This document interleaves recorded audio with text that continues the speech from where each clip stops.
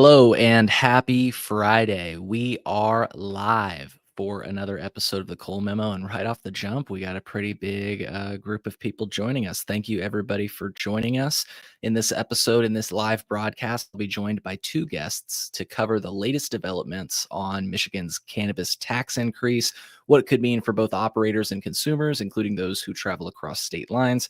We'll also touch on recent events in Chicago and wrap up with a lawsuit from a former Curaleaf compliance director alleging regulators suspected systemic diversion at the company's Illinois Litchfield site, including allegations of unaccounted inventory and unlicensed pesticide use. Fun stuff that we're going to be discussing here in a moment.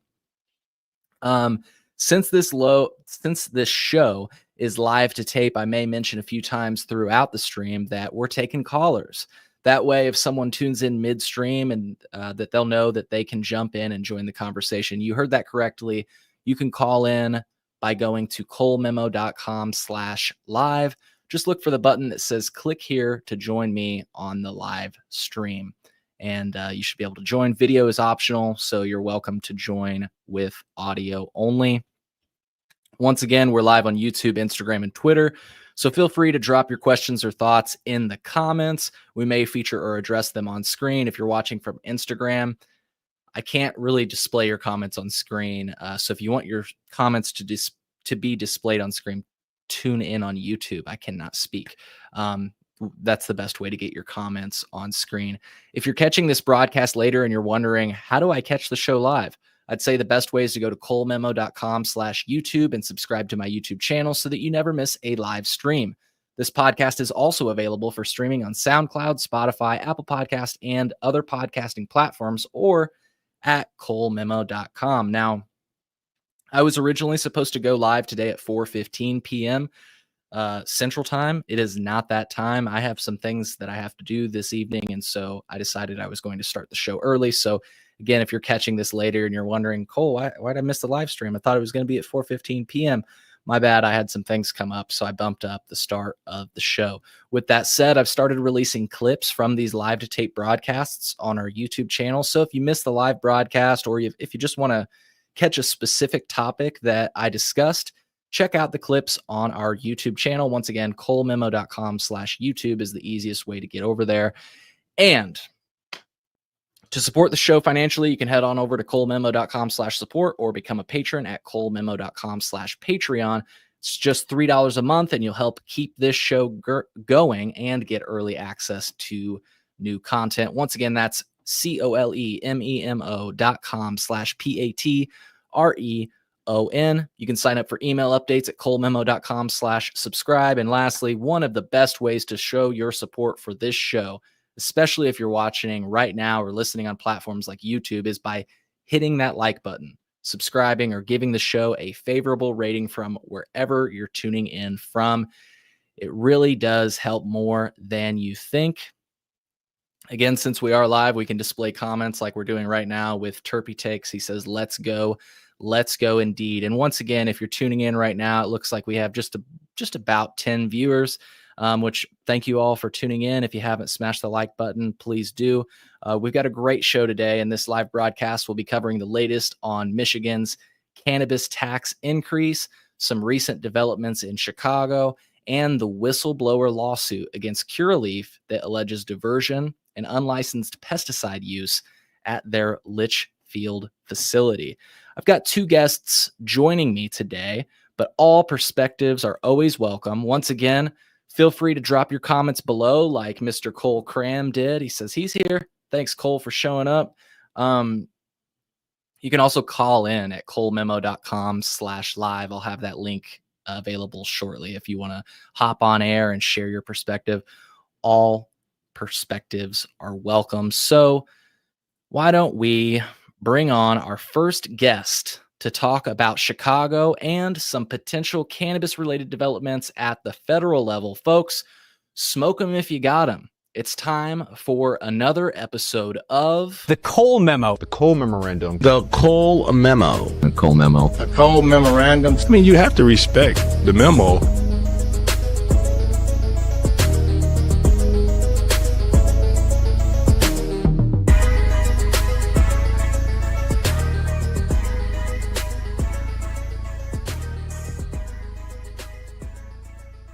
I'll be joined with one of my favorite guests, Phil. Welcome back to the show. How's it going? How's it going, Cole? Doing good. Doing good. And I'm always happy when you can join me. It's always a good time. So thank you for taking the time. I appreciate it. Absolutely. My pleasure.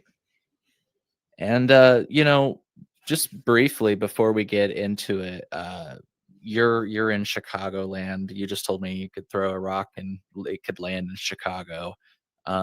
There's been outside Chicago. Land outside Chicago. Okay.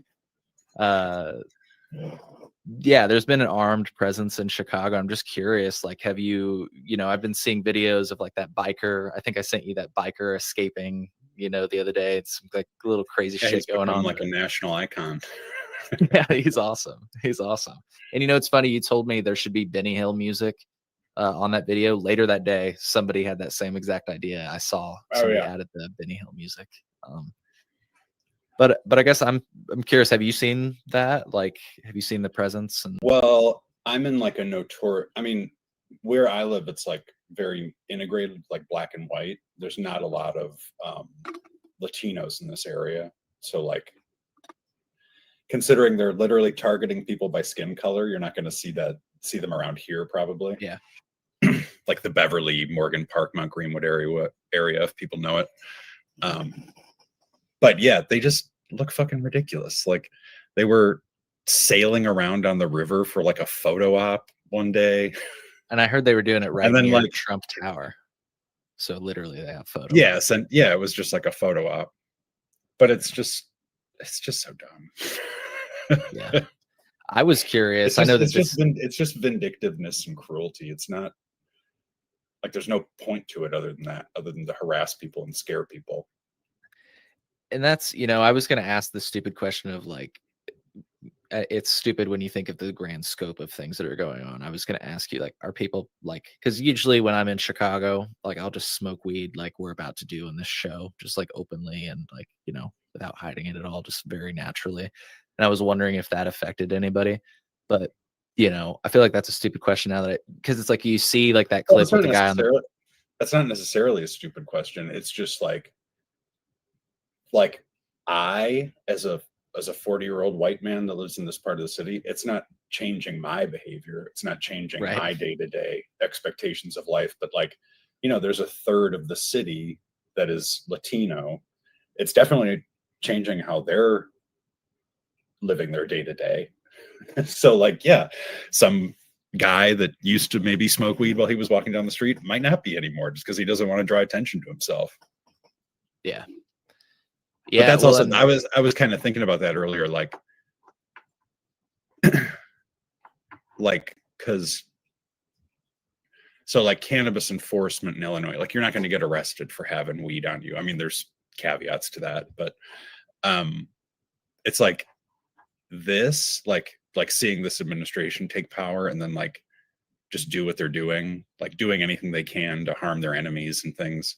It just like reminds me of Nixon, who was the one who like used cannabis to go after their enemies. It's like, it's really kind of like, in my head, I'm like, who cares if it's federally legal? Like, it doesn't affect my day-to-day life. But like, you have someone in office like this, it's like, well, it could. You mean federally illegal? Yeah. Yeah, federally illegal. But it doesn't matter if it's legal or illegal at the federal level. But it's like, you can actually kind of see how, like, even though your state has it legal, like, if someone from the federal government really wanted to cause you problems, like, they could. And that's really why I was asking that question, where I was like, wow, because in Chicago, I've asked CPD officers, they typically are like, yeah, we usually don't give people a hard time about it. But, these people are walking around and it says law enforcement on the back. They're federal law enforcement, I guess. Did you see that clip of someone in DC? I don't think I sent it to you, but it was like, I don't know if he was homeless or if he was just hanging out outside, but he was like hanging out outside smoking weed on the curb. And this ICE guy was like harassed him about it. Right. And the guy was like, this is legal. And the ICE guy was like, he was like, no, it's Schedule 1. Because he's like a federal, Yep. I just thought that was like an interesting exchange. I don't think he like did anything to the guy about it, but it's like they could get a directive to do something. And I recall that clip. I'll try to find it and put it in the show notes for people. But they also said something to the effect of like, Trump's trying to clean up the streets. He doesn't want people out here smoking. So if you're going to be smoking, find a place other than outside to do it. It's like, yeah, no smoking cannabis on the streets. But if you're a billionaire pedophile, have all the fun you want. right. Yep. Literally. And yeah, that's a whole other thing.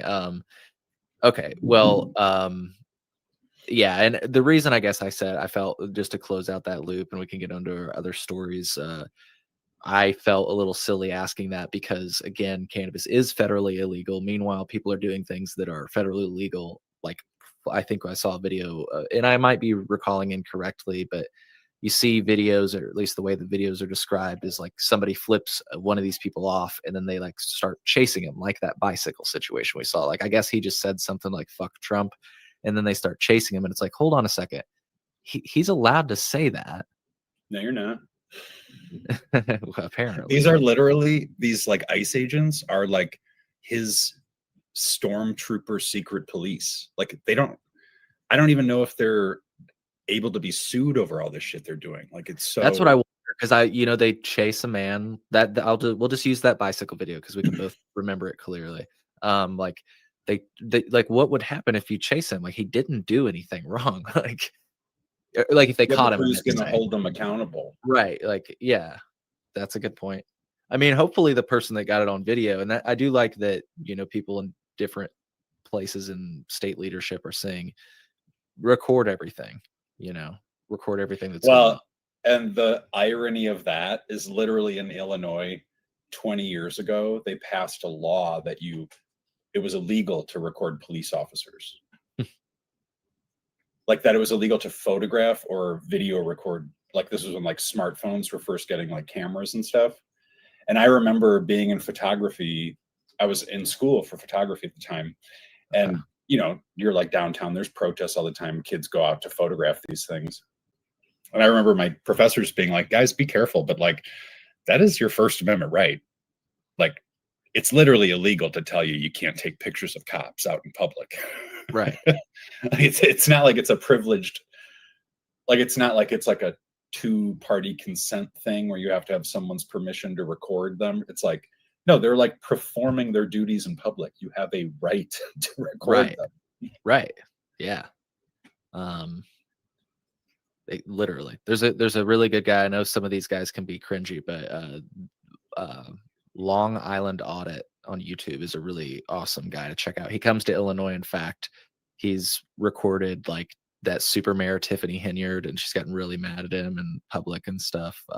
It's just a very interesting, but that's a whole other thing. But his whole thing is recording public officials doing their jobs and basically ensuring that our rights are preserved, which is really cool. And he doesn't do it in like a jackass way like some of those people do. Some of those First Amendment auditors. The First Amendment auditors. Yeah. No, I'm telling you, this guy's legit. I'm trying to get him on the show because he's like won several lawsuits in New York, from what I understand, and all over the country. And really, I mean, it might behoove you. Like, I mean, I was telling my husband the other day, I was like, if I saw some of those fucking ICE people in the neighborhood, I would just have a hard time not calling them fucking losers. Right. Right. And like, it'd be tempting, but seeing how they act towards people, it's like you probably wouldn't want to. But then again, if they did like punch you or knock you to the ground, it feels like that like could be enough to buy me a house. Yeah. I was thinking like, about maybe I want them to hit me. That's the most extreme thing I was thinking of doing, is going up to Chicago and just like sparking up some joints around federal agents. But I don't think I want to do that right now. I don't know. No, I think you're better off just calling them like pedophile protectors. Yeah, Something there you like go. There you go. Well, speaking of pedophile protectors, really quick, I don't know if you saw this, but Trump shared can revolutionize senior health. This video. I'm just playing it on fast mode. I'm not gonna play the audio. But it's basically talking about the endocannabinoid system. And he didn't make this video. I want to be very clear. He just shared this video. It makes several references to hemp-derived CBD, which is interesting. I'll play a little bit of it. Let's listen to it for a sec, and then I just want to get your quick take, and we'll go to Michigan because the cannabis stock bros are going wild, as you can imagine. Nervous and cardiovascular systems. But there's one essential system discovered in the 90s that you probably never heard of. It makes all of the other systems work smoothly with each other, like a conductor, ensuring the different sections of an orchestra all play a beautiful symphony together. This system is called the endocannabinoid system. It has been acknowledged and studied by scientists extensively with support from the National Institutes of Health. As we age, the system weakens. As a result, the different systems in our body stop working together smoothly. That's one of the reasons older adults struggle with pain, inflammation, cognitive decline, and other ailments of aging, for which doctors often prescribe dangerous and addictive pharmaceuticals. They also recommend lifestyle remedies, such as exercise, good diet, and stress management. And while all these improve the system, it is only fractionally and over a long time. But here's the game changer. The system can be restored faster using hemp-derived CBD. When the system is restored, pain subsides, sleep is improved, and stress is reduced. When the system is restored, disease progression can slow down, and years are added to your life, as well as years spent in good health. And 20% of seniors are already using CBD today for pain, arthritis, cancer symptoms, sleep disorders, Alzheimer's, and many other ailments of aging. But doctors are not equipped to provide guidance. So I'm pausing it because this is just like AI slop, basically. But it is interesting to hear those mentions. I think here's another one. Needlessly. Hemp-derived CBD can help them feel better, live longer, and improve. Hemp-derived CBD specifically. And this is also interesting. So first of all, they play a brief Fox clip that says cost benefit analysis of estimated savings in states with legalized cannabis system. That's what the stock bros are going wild about. But this moment I thought was interesting just because the continued mentions of hemp, right? The groundbreaking 2018 Farm Bill, championed by President Trump, was the first step. Now it's time to educate doctors on the endocannabinoid system. Isn't that interesting? We've been kind of saying that on the show for a while. Like we give Trump that little bit of credit for it, but we've been saying like that's the first step. It is hard to give him credit for anything because I literally don't think he knows anything that's going on. No, none of these people that he is like the stupidest person in every room he's in. Well, if the stock bros were in there, maybe he'd be in good company because they're going crazy. They're like basically saying that Trump's going to legalize it because he shared this post and it's going to be the hashtag Trump for. I mean, sure, he'll do it if it like makes him money. That's actually that I've seen a lot of people openly acknowledge that he's very transactional, and so as soon as to act like he has any opinions on cannabis or CBD or the endocannabis system is fucking stupid as fuck. Right. Because he doesn't think about anything other than himself making money and how he can screw over people he doesn't like. That's all he thinks about. Right. And he's never. So the stock bros can like walk off a fucking ledge because he's probably not going to do anything with it. No. Like, it's just funny too. Like, it's just funny, like imagining seeing him tweet that and then being all excited and like getting all excited about your day and your stocks. It's like, meanwhile, the other batshit crazy stuff he shares that's like end of due process, end of two-party system, end of this country. Well, I think that same day, if I have it, I think I might have this right. He shared some like AI slop post of med bed or something like that, like a bed you lay in that heals you. He ended up deleting it, I guess. I could be wrong. Maybe people Google that, but so yeah, that happened on Sunday. So that was the 28th of September, or the 29th. Yes. For a brief moment, I believe stocks hit the highest they have in a while. People were which is real low, which is still very low. Yeah. From I don't know a lot about this stuff, but from the chatter I saw, it's still pretty low. So, there's of course some back and forth with this. Sam had to weigh in on it. They say that the cannabis stock bros are reaching. Here we are in a weird way agreeing with Sam. But they also extended the bar a little bit lower, as they do. They basically have made a claim that there are sharing studies that they say indicate cannabis causes autism now. So, and I should definitely not just like older men and older women having kids. That's not what causes autism at all. It's Tylenol and cannabis. And I should be clear about where I heard this from because I don't want to get sued by anybody. We'll play this small clip and then we'll go to Michigan. And I know we talked about Sam last week, but Sam's already posting studies. Luke was reposting a study today about cannabis use causing autism disorder in pregnant women. So they're already shifting their narrative and shifting their language to last week's flavor of the week, which there's plenty of studies actually that are proving that prenatal cannabis usage does not have any sort of link to ASD. Potentially perinatal cannabis usage does have a potential link to ASD, but they're going to spin their language and they're going to try and go after that here probably in the next couple of weeks. So yeah, I thought that was that's where I heard that from. I thought the additional context was helpful too. Well, if Sam can just pay RFK enough money, they can get him to endorse that view, I'm sure. Yeah. Well, there was a moment. Yeah, there was a moment where RFK was actually asked about cannabis on Laura Ingraham when the Trump administration first took office, and he said he had a very weird response to it. I can't remember what it was. We covered it at the time. I covered it at the time. Wait, he had a weird response to something? I'm shocked. He had a response where what I mean by weird is it's like this situation again where it's like the same situation where stock bros were like, this means that they're gonna reschedule it soon. They never actually go for they just want rescheduling it. They don't want. I've not seen a lot of them necessarily pushing for descheduling. I just want to bring up, have you ever heard the theory that he doesn't actually have any kind of condition that makes his voice sound that way? It's just from all the crack he smoked. No, I have not heard that theory actually, but that's crazy. Just throwing that out there. That's interesting. All right. So we got some comments in. Let me know what you think about that segment. I'm very curious what you think about what's going on at the federal level. Cole Cram commented and said, this video was dropped a few days after Rand Paul said he's going to step up lobbying efforts versus Mitch McConnell. I didn't realize that. That's interesting. That adds a little bit more context to why that video was shared, I think. Terpy Take says, good Lord. And I think they were saying that in response to the claims about cannabis causing autism.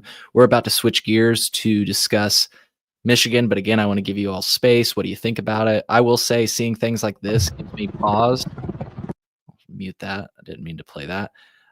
This is shared by Homeland Security. And I guess it's footage from the Midway Blitz, an operation in Illinois.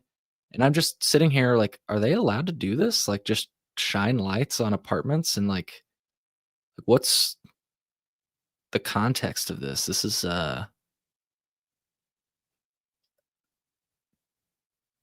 don't even have words. Very interesting to see. That's all I really have. What do you all think about this? Give you all a little bit of extra space, and then we're about to bring on a couple of guests to discuss Michigan and the latest tax increase. Once again, you can call in at colememo.com/live. If you haven't smashed the like button yet, please do so. And thank you for tuning in. I guess we'll keep it moving. I don't have any callers and I've not seen any comments come in, so we will keep it moving on this episode of the Cole Memo. Let's talk about Michigan, shall we? Let's bring Phil back on to discuss Michigan, and then we'll bring on somebody that's actually from Michigan to discuss what happened actually in the early hours of this morning. Today is October 3rd, 2025, and you're watching the Cole Memo.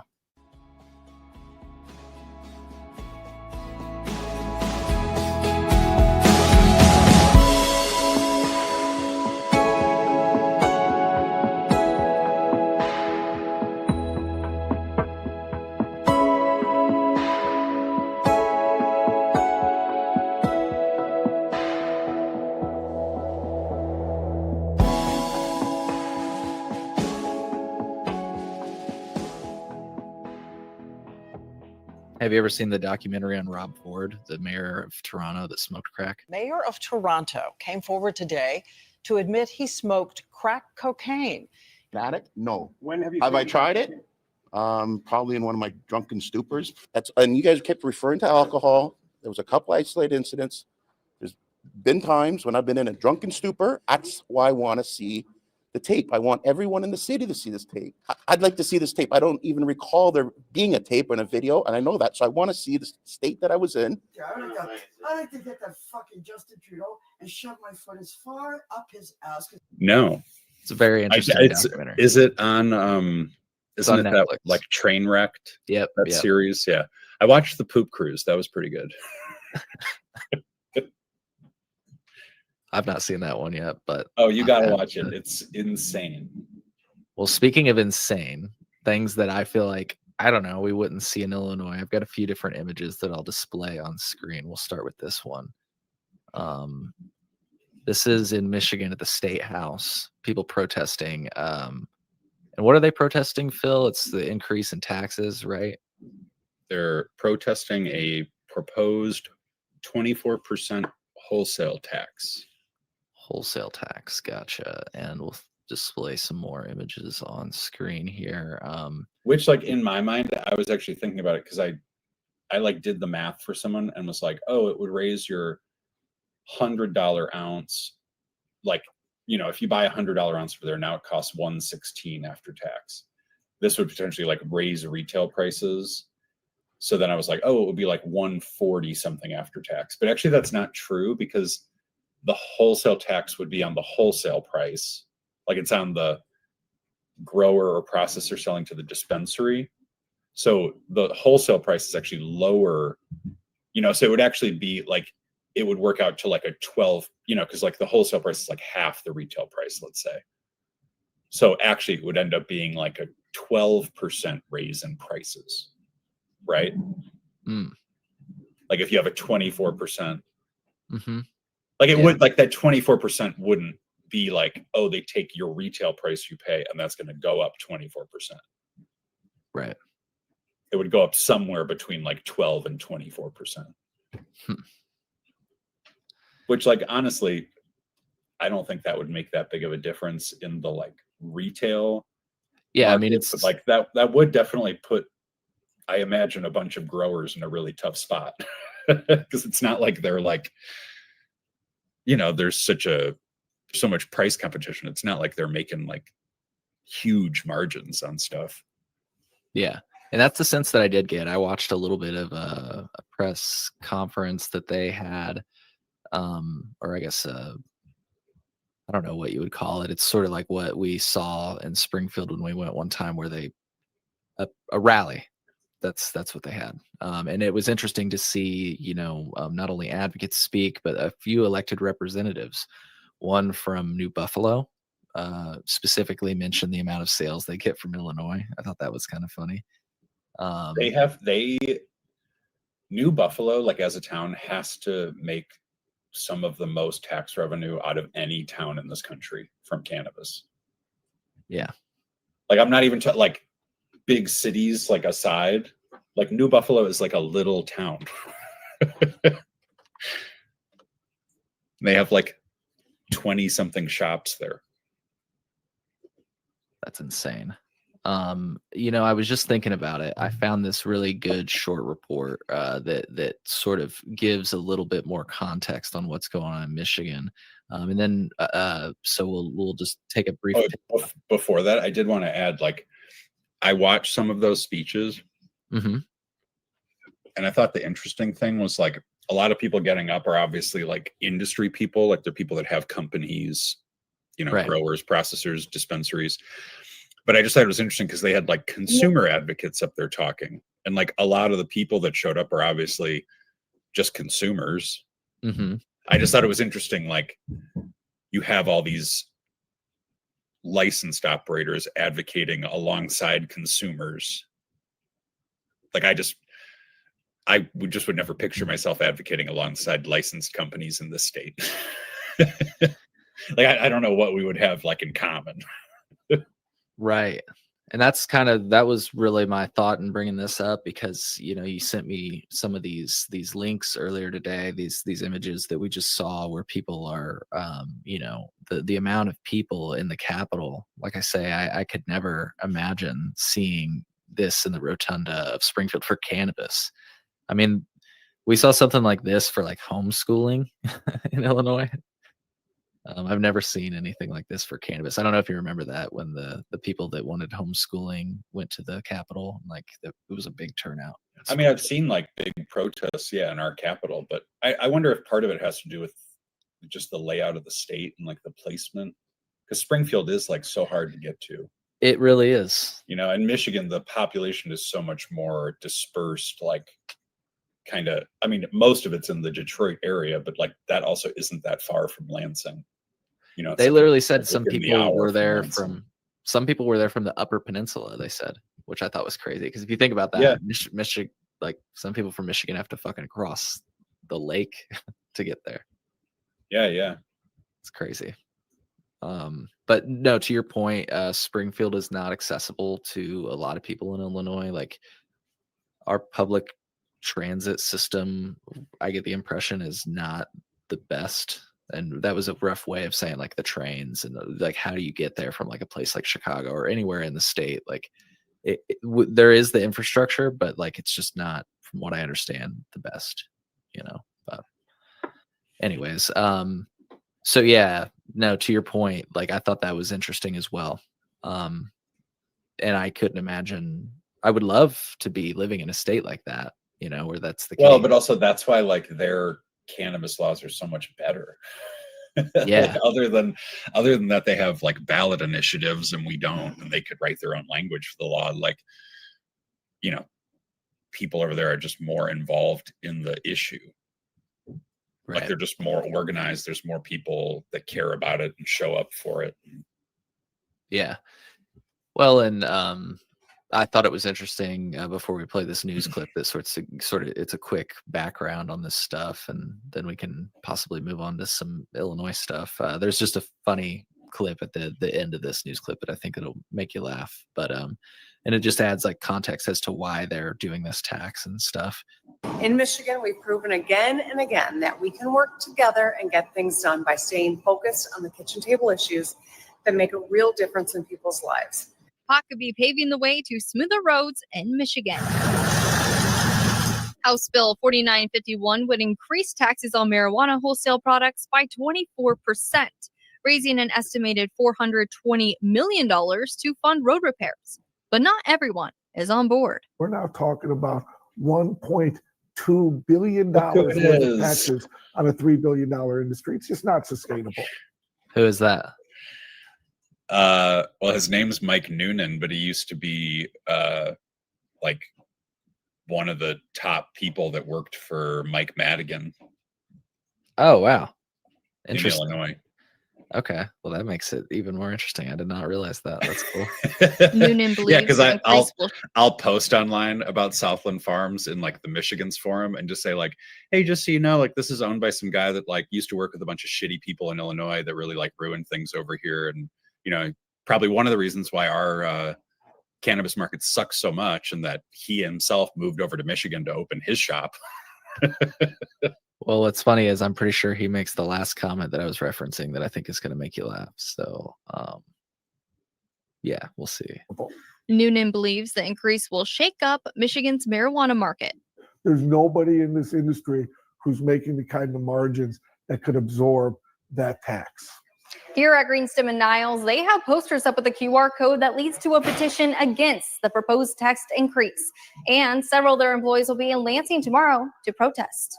Dispensaries are also worried for their customers, as many use their product as medicine. When the wholesale market goes up by 25%, that means that the price at the counter is going to go up at least by that. Noonan believes the bill could cause a number of retail outlets to shrink, but is hopeful for the state's cannabis industry.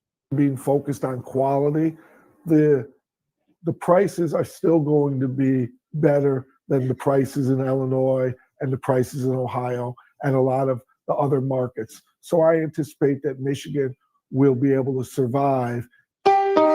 Thanks for watching. I thought that parting comment was funny. The prices are still going to be better than Illinois. I don't remember exactly what it was in the article. I like read that like detailed his history in Illinois when they were like talking about his shop in Michigan. But like just the way he talked about like Mike Madigan, it was like he just like made no amends for like working for like you worked with that guy. You had to know he was like a shitty person who was like involved in some shit. I mean, it was always rumored, that's for sure. Well, because also like he was part of a lobbying group called Roosevelt Group. I think that was like what he worked under, like working with Mike Madigan, whatever. I don't know the exact details of it all, but like part of that Roosevelt Group was this other guy who's now part of Green Rose Advisors, who like owns Green Rose Dispensary. I don't know. It's just all like we've said before. It's context. It's like so incestuous, and like you just keep seeing these people's names pop up, and it's like, yeah. For context, Phil, for people that are watching, what is Green Rose, and why did you bring that up? Like, why is that notable to you?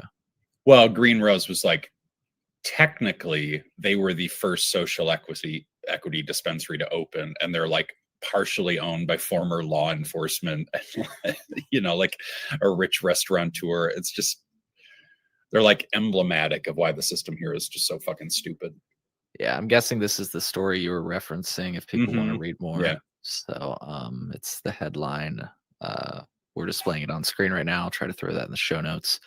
And this is just the latest really quick before we hop over to Illinois and close out this segment, this show.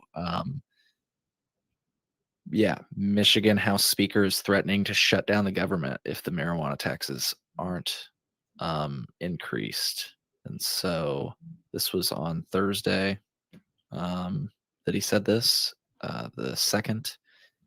And yeah, it'll be interesting to see how this goes. I don't know. I thought my last thought, Phil, that I thought was interesting, something that somebody said is like people use this as over-the-counter medicine, and other over-the-counter medicines aren't taxed like this, and they're not using it like, you know, to fucking pave the roads. Like they should find it more like, well, arguably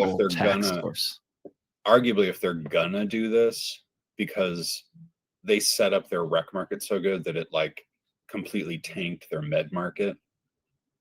Like no one renewed their med licenses after a while because it just didn't make sense, because the rec pricing was so low and more people use it, you know. So but they should, at least if they're going to raise these wholesale taxes, they should pair it with like a universal, like if you have a med card, you can get that, you can at least get the 10% excise tax removed, because you used to be able to shop med in Michigan and get shit for just the 6% sales tax rate. Yeah. But like most dispensaries don't even have a medical menu anymore. So right. Yeah. And whenever I went, it just felt more complicated. And like they had like a whole different, I learned, somebody told me they had like a different supply, and it was like older stuff, you know? Well, yeah. Because So people weren't using it, so it wouldn't be like cycling out. Right. Yeah. Yeah, but even if they pass this wholesale tax increase, like, because it's funny, because stuff like I don't necessarily want to see that on like flour or concentrates over there, but like there's certain things over in Michigan, like carts or like edibles, like they could double the retail price on edibles over there and it'd be fine. Like you could buy 200 milligram packs of gummies for $1.50. Yeah, it is pretty like wild. I don't think you can get gummy. Like whenever I see the price of candy these days, it's like, damn, candy got expensive since I was a kid. But like I think like some of the edibles you buy, like if you buy a, you know, there's probably less gummies in the pack, but you get what I'm saying. It's like it's like practically cheaper than just buying gummies at a store to get the weed gummies. Yeah, that's funny. Yeah. That is funny. Like I say, it's kind of the world, it's a cool world to live in, but So we'll circle back with Phil in just a moment for our final story on the Illinois cannabis market. But first, we're bringing in a boots on the ground perspective from Michigan to break down the state's cannabis tax increase, which actually, and Alex can correct me if I'm wrong, I believe just came to pass or in the early hours of this morning. Alex, welcome to the show. It's your first time. So not only your first time on the show, but the first time we've ever connected. So please introduce yourself before we get into the subject matter. Yeah, thanks, Cole. I appreciate it. My name's Alex Ekman. I've been a part of the Michigan cannabis industry for nearly 10 years now. Started off as a Michigan patient and caregiver, and then quickly got into the industry as a bud tender, found myself working in extraction labs, and then the past 4 or 5 years spent up in Sault Ste. Marie, Michigan, up in the Upper Peninsula, pursuing a bachelor's degree in cannabis chemistry at Lake Superior State University. So I've got to see kind of a wide variety of the supply chain from various different aspects, and then also the academic side. And then certainly have been a part of various advocacy programs along the way, helped out in the early LARA work groups, which kind of established the Michigan laws. And you're correct. In the early hours, we did see Michigan pass a 24% excise tax on wholesale cannabis. And it's a really peculiar tax. It's kind of interesting how they worded it, where it's actually kind of an aggregate tax. So what they're doing is they're taking data from the basically CRA and internal tax services in Michigan, and they're using that number to find the average industry wholesale price, if I understand the bill correctly, and from what I've been hearing, and that's being levied on the industry operators. So it's really kind of interesting because I don't know of any industries that do something like this, where if you're a bargain brand, for instance, and you have a low wholesale price, your average tax price is going to account for those higher end brands in there too, because it's an aggregate of the whole industry for the quarter. So you're kind of getting a disproportionate tax levied on you if you're a budget or bargain brand compared to a upper end brand. I don't know how that's going to play out in the courts. I already know of a couple different lobbyist groups that are really trying to find ways around this. One of them leading the charge is the MICIA, and we're still kind of waiting to hear on responses from them, what the next best steps forward are. But I do know there's a lot of legal experts in Michigan really putting their brain power together on how to fight back against this. Gotcha. And yeah, so I want to talk about that. I want to get back to that fight against it in just a moment, but just for listeners in Illinois, for example, we've got a lot of listeners out of the Illinois cannabis market who make the trek to the Mecca, or Michigan, as we also call it, for access to a wide range of affordable, high quality products at a fair price, which is something you don't see really in the Illinois market. My question is, and I think it's the question of a lot of people tuning in, are we going to see some sticker shock? I would assume so. A lot of brands in Michigan, they've been saying it for a while now that it's hard to compete. You're having margin compressions when it comes to your profitability year over year. And I would almost guarantee that you're going to see this reflect in the consumer end and on the consumer price, because if they're already struggling to make ends meet as it is, and you're going to slap an extra 24% reduction in their profit margins, that has to come from somewhere. And the operators and retailers certainly are not going to be able to absorb it. At least a vast majority, from what we're hearing in the market, aren't. So we're even hearing words that this is going to put some out of business. Now, I don't necessarily believe it's that bad, and that's the case, because you can just kind of push this tax onto the consumers. But yeah, I think it'd be safe to say that you will see a effectively 24 to 25% increase on your end ticket item when this does go into effect. Gotcha. Yeah, and that was the other side of the question that I was going to ask. There's many consumers that have been talking about the concerns about sticker shock. I've seen one operator at least say that the prices are still going to be, yes, they're going to be more expensive, but they're still going to be cheaper than Illinois and Ohio, for example. But to the other part of your answer, and that's I was going to segue to that, is I've been hearing sort of that, yeah, it's going to be that the prices are passed down, that they mostly and primarily, I maybe would say, affect the operators, but then they'll be passed down. So I guess the reason I bring that up and the reason I was going to ask about that is because it seemed like there were concerns that really who this would harm is, again, residually the consumer because of increased prices, but primarily mom and pop shops. Have you been hearing the same with regard to that? Yeah, I've been hearing a lot of sentiment, especially the smaller companies saying that they're already having a hard time competing. And I kind of have a little contrarian view on there. And that's really pushing against the general notion of this perpetual race to the bottom that Michigan's been experiencing. My viewpoint on it is that we certainly had that for the first couple of years, but loss leaders couldn't lead forever. And now a lot of the continuing of driving price down is actually just unlocks in technology, efficiency gains, SOP changes. For example, not having to be able to put 3 labels on. Now you can have a machine put 1 on it for you. So it lowers your production price in that function.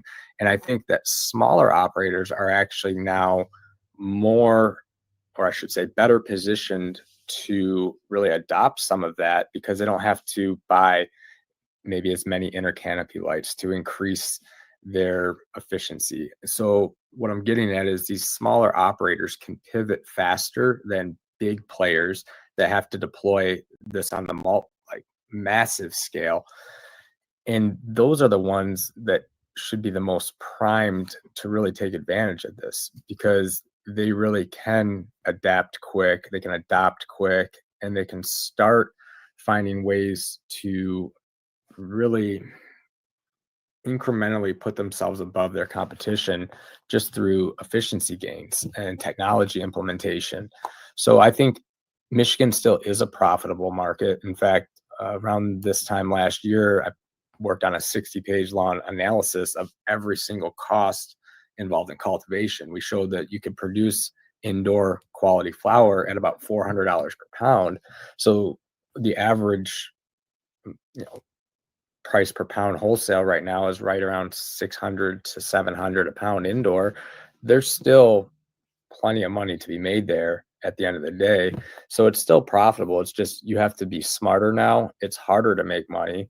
And I think that smaller mom and pop operators, if they just embrace a lot of the technology that we're seeing on the market that really reduces that production price, they can actually find avenues to win. Whereas the larger operators, they're going to have a harder time steering that ship in a different direction. Gotcha. Gotcha. Well, to shift gears slightly, it's still on this topic, but I'll display some images that we saw out of Michigan's Rotunda. If people are listening, the Rotunda is completely packed. People are cheering, and they're all part of this cannabis protest, if you will, protesting the increase in taxes. I also saw you were on the ground. I'll put some of your posts up really quick. I like this sign here: relax on the tax. There's also don't kill the golden goose. What was your general takeaway from this rally / protest at the Capitol in Michigan? Any thoughts you wanted to share?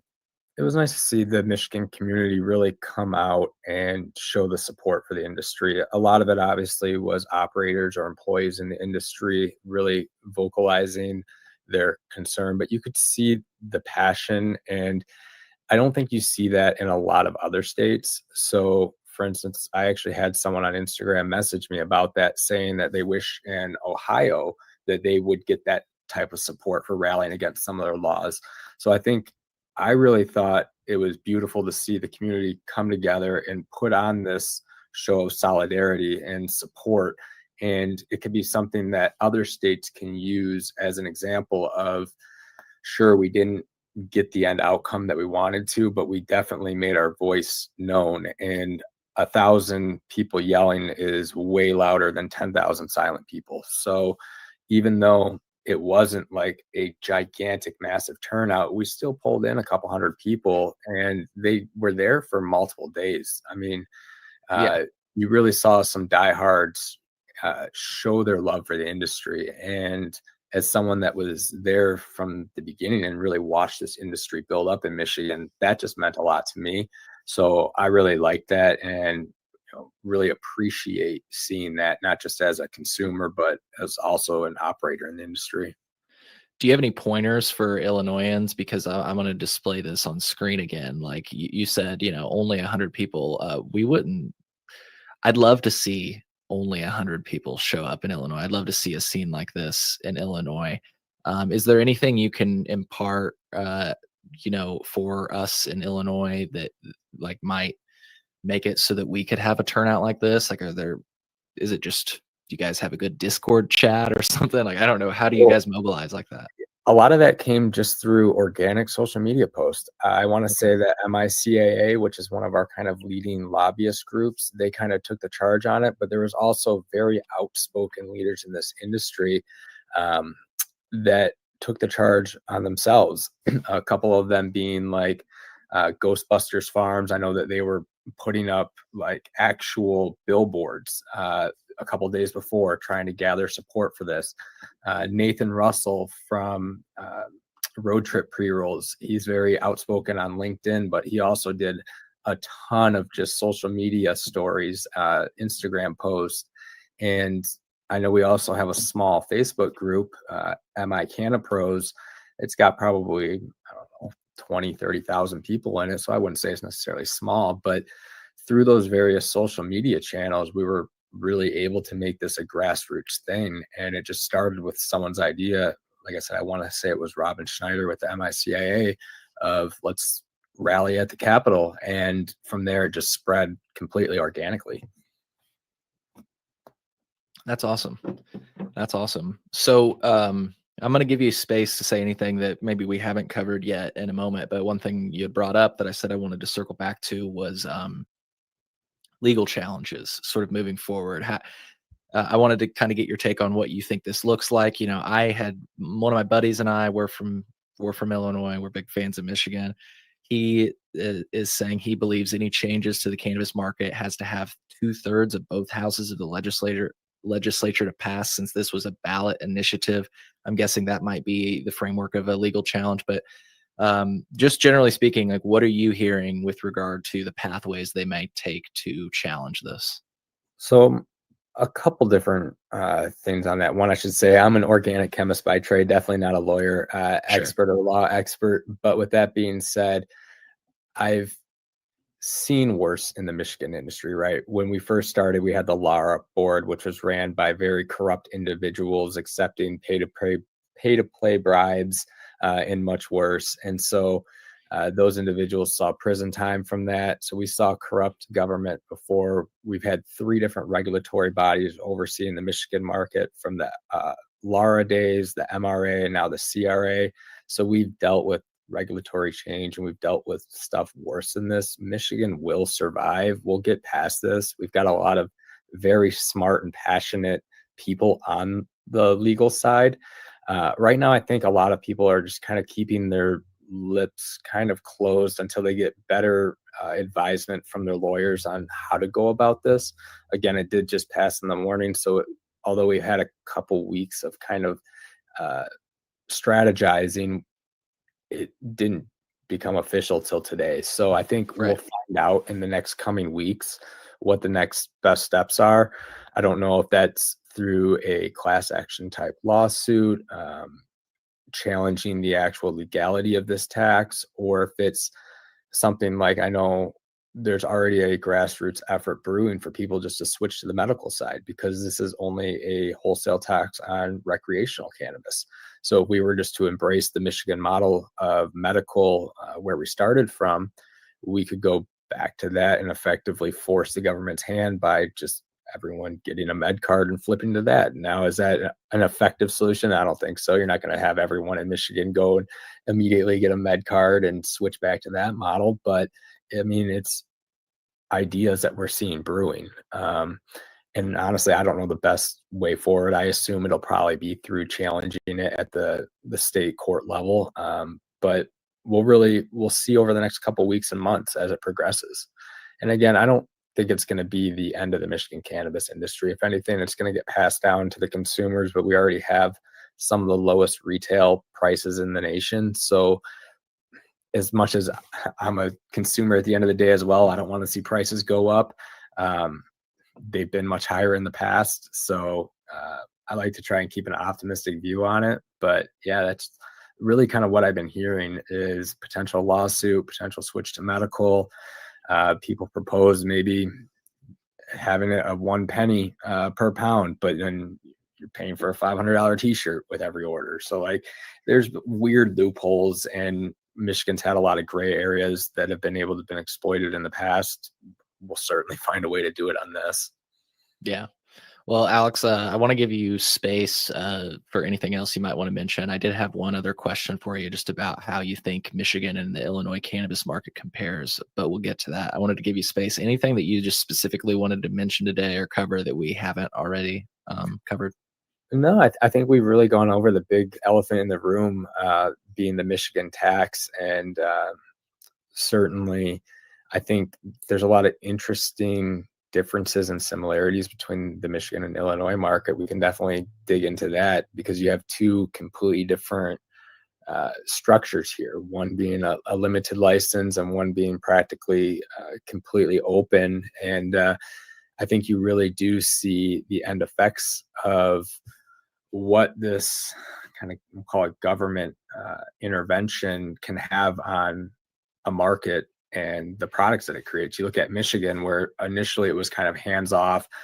You follow your checks and pay your fees, you get your license, and you saw a true competitive environment emerge where people were competing on price. And then when that got too hard, you had to compete on quality. And now you're having to compete on brand image and brand name. Whereas in Illinois, or even we can lump in Ohio, because that's another limited license state too, and just call the whole Midwest, you have much higher prices in those limited license areas, like Illinois, comparatively speaking to Michigan, simply because that competition's not out there. There's no driving force for these brands to really innovate or compete on price, quality. You almost get this comfort satisfaction factor. And so myself, I think part of it is that I'm just a hyper capitalist at heart, and just really love free market enterprise, but you really see the difference there. And when Michigan starts doing more of these government interventions or putting their hands in it with a tax, I think it'll be an interesting case analysis to see how it plays out. Because now we're normalizing our price per pound back up closer to your guys's. It'll be interesting to see how border shops are affected by this with the interstate commerce, even though technically that's not necessarily supposed to be allowed. Again, Michigan likes to exploit gray areas where technically the law kind of allows it. And that's just with the state reciprocity when it comes to like medical cards, or obviously on the rec market, just 21 plus. But I think there's a lot of other things that we could focus on too in Michigan when it comes to just bigger picture or worse things going on in the market than just this 24% tax. I mean, there's metric loopholes going on like crazy. We just had a company get their license stripped that was bringing in thousands of pounds from the black market. I think it was like Cherry LLC or something that they called it. But yeah, I mean, you got all these back doors being exploited in metric. You've got conversion oils entering the market from CBD hemp to THC conversions that are dropping price per pound. So there's a lot of interesting dynamics when we look at what's going on in Michigan beyond just this 24% tax that I think the government could focus on fixing. And instead they're just slapping blanket taxes on it to try and make it easy. But yeah, that's really kind of my 2 cents on the differences between Michigan and Illinois. Is you really see a lot more innovation happening in Michigan, whether it's on the product side or just fighting for price point, market share, and then how they do it is really interesting. But I feel like you don't get that in some of these limited license states like Illinois. I'm curious, is that something that you've also kind of noticed? Yeah, no, I think you hit it on the head, and I think it permeates itself, or maybe this is like a chicken or the egg thing. Maybe I was gonna say that Michigan's cannabis culture, just in general, like setting aside the industry, like the fact that you can grow your own, whether or not you have a med card, because in Illinois you have to have a med card, and it's a really limited amount, and it's really strict. And so Michigan's cannabis culture just seems so much better, between hash bash and Yeah. everything that goes Well, on there. it's interesting that you mentioned the grow your own too, because although that we have that, I don't actually see many people really leveraging that. So I don't know if it's a time investment, cost investment, or what, but really it's a lot less than you would think that are actually growing at home, which is Sure. in and of itself an interesting case study for these states that don't allow home grow. It's like if you have a state like Michigan that's allowing 12 plants and pretty loose laws behind that being just don't let it be seen from public and don't let kids in the grow, pretty much have a secure entry place. Why don't you see a more proliferation of grows in Michigan, or why isn't the black market booming? And so maybe you could use that as a case analysis to present to lawmakers and say, hey, this isn't the threat that you think it is. Yeah. And we're kind of even seeing that in Michigan. Like the CRA is talking about repealing one of the little rules that we have as processors in Michigan, where you have to, everything that you throw out, like your biomass waste, has to get mixed with kitty litter or dirt before it gets thrown in the trash, because they're worried about people stealing trash cans and dumpsters worth of bunk, trash biomass. And that was never an issue to begin with. So they're even walking back some of these hurdles off of perceived threats that never were, to come to fruition in the end. Do you prefer a market over the other, like a Illinois versus Michigan, just to give you a binary? Yeah, I think I like the Michigan market, and that's not just me being biased for Michigan. It's the fact that, granted, it's pretty much impossible for anyone to get access to capital nowadays. But if you did have that line of capital, you could start a cannabis company in Michigan, and you could have your attempt at that dream of having your own company, and which, as a caregiver and patient myself, was always one of my goals and still is to this day. So in Michigan, with how easy it is to enter the market, if you just have a little bit of bucks to build your company up, you have that shot. And I think on the flip side, when it comes to working in this industry, which is something that I see myself for the rest of my life working in cannabis in some shape or form, just the amount of jobs, while I still wish there was more jobs in Michigan, there's much more than other states is what I'm finding, especially as I just embarked on a job hunt post-graduation. So that was back in May, and exploring just all the other states out there. Really, Michigan had one of the more appealing frameworks, just from the simplicity of the laws that are in place and how the market's really structured. Yeah, I can't find the clip right now, but there's a really good clip out of Oregon, because even like our state regulators will point to states like Oregon or Michigan. I've heard them specifically point to Michigan and say, this state's a failure. These states are failures because of their specifically because of their open license model, and prices get so low that I like people that you can't bring make. that up. Yeah. Let's go also ahead. remind them that in any other business, let's take the restaurant or fast food or food industry, 9 out of 10 businesses fail within their first 5 years anyways.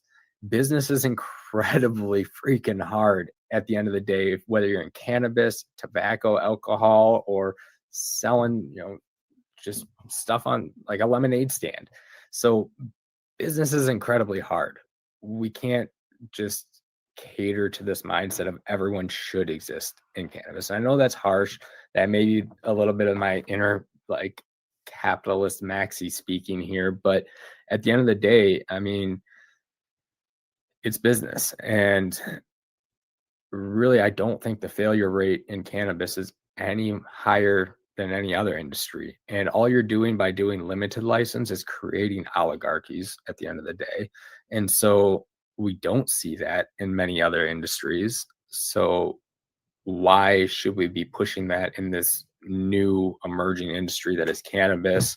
And certainly could be much more than just cannabis when you look at the hemp and textiles, polymer, biofuel side of things. Um, this industry as a whole has the ability to be much bigger than it already is. Why put artificial constraints and caps on that? And yeah, people are going to go out of business, but that's any business or any industry.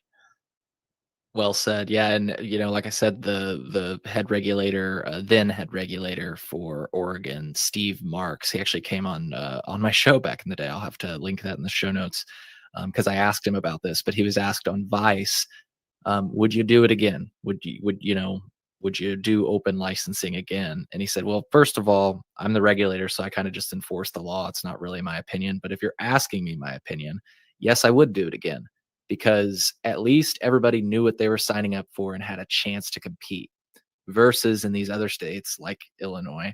Like I couldn't today or tomorrow. I always like to use this example. Like if you want to start a cannabis business in Illinois tomorrow, it's impossible unless you know somebody that already has a license. You'd have to acquire it off of them. The point is you can't just go and like with a restaurant, go through and just apply for the licensing, get a food license from the health department, get your local zoning and approval. You just simply can't because the state has capped the issuance of licenses. Yeah. And let's not also forget, like Michigan, although at the state level is technically unlimited, in reality, it's not because it's set by the municipalities. So the municipalities, just like a local liquor board can say how many alcohol license they issue, my local municipality, while they have the option to allow unlimited licenses, and many do, you also see quite a few municipalities limit maybe one or two grows or one or two processing labs. So it isn't necessarily as open as maybe it's initially perceived. Now, granted, it's much better than many other states, but we still don't have all of our municipalities online. There's still large dead spots where full counties don't have access to cannabis in Michigan. And so that's actually the case of where I'm at right now in Livingston County. I have to drive to Ann Arbor, Jackson, or Flint, which is 15, 20 minutes in either direction at minimum to get a retailer. So even we're 7-8 years past recreational now in Michigan, and you still don't have full access. So we still got ways to go, but I certainly agree. I think the open model is the way to go. We don't allow oligarchies or monopolies in many other industries. So why should we allow that in cannabis is kind of my thoughts.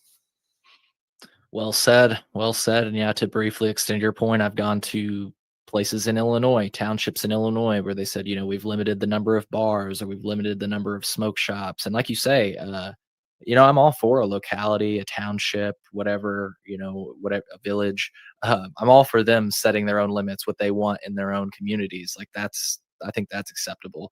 But to have the state sort of dictate across the board, and it sounds like you're in agreement, that's where it gets to be something that I start to disagree with. But like you say, I'm all for these localities saying, we only want a few pot shops in town or something like that.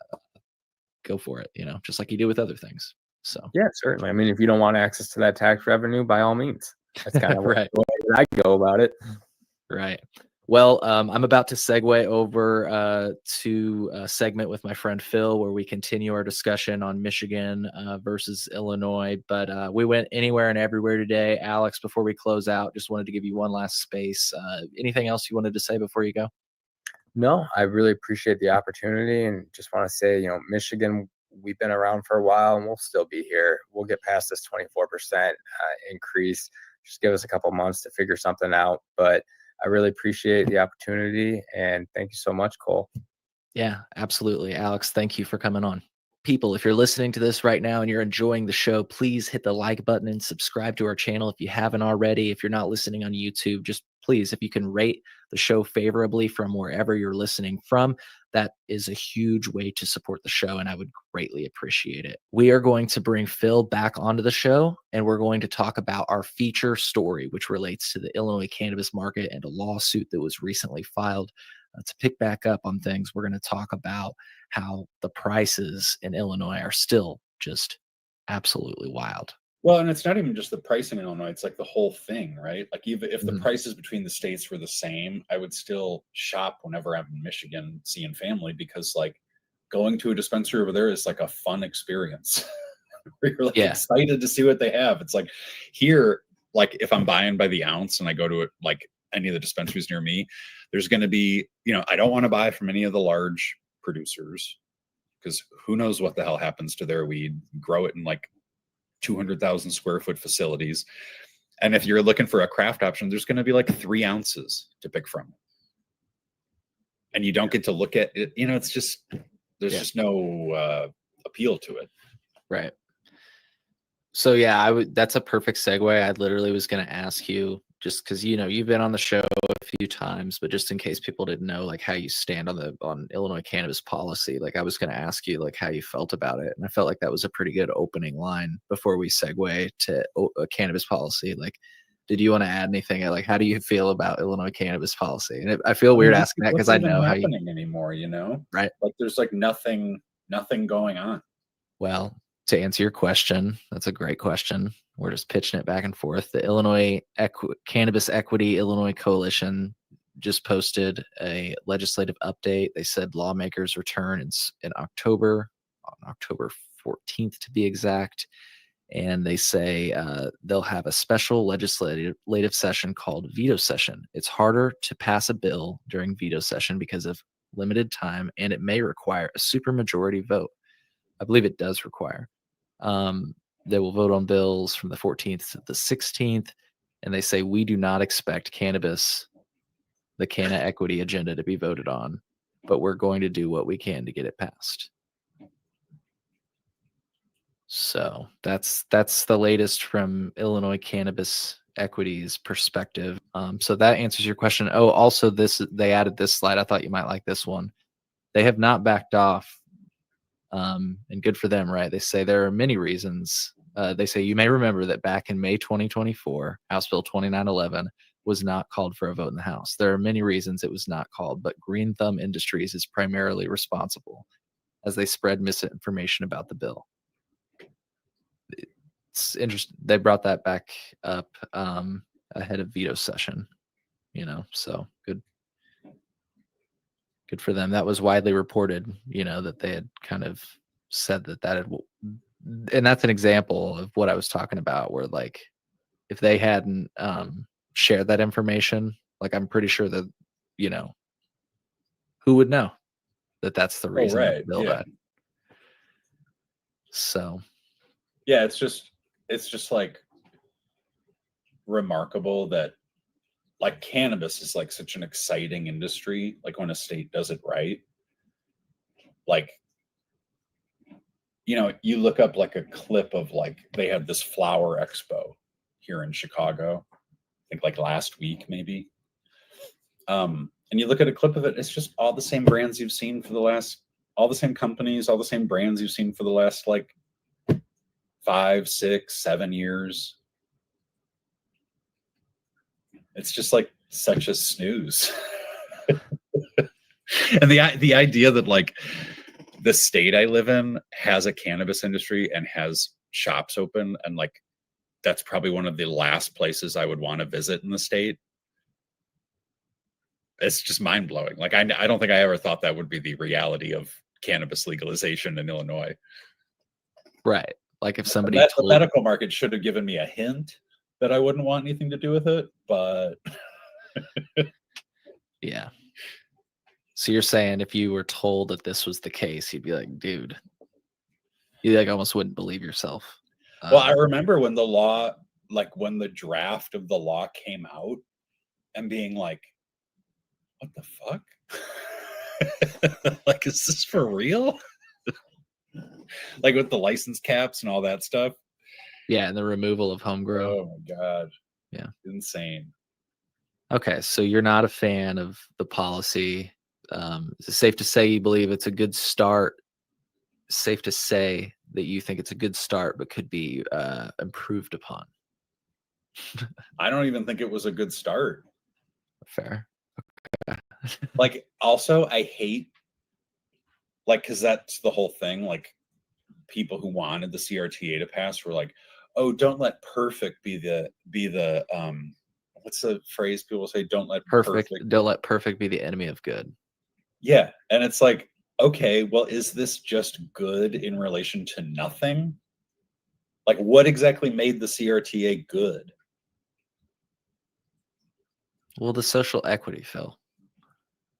Yeah, all right. Okay, yeah. The social equity, was it allowing people to grow cannabis at home?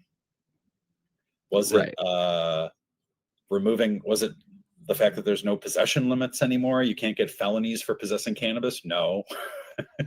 Well, this is a good segue to this. Like I just like fail to see at all what the CRTA did other than like take cannabis legalization pressure off of the government. And so now they could like claim that they'd done it, but all they'd done was like just kind of taken this industry from people on the streets and given it to a bunch of like ex real estate lawyer types. And I wouldn't even say a bunch. Like it's like a pretty small group. It is a small not group. to critique because you put that very well put. That was the only thing. Yeah, because it's just like sometimes people say 21, but I feel like the group's smaller than that.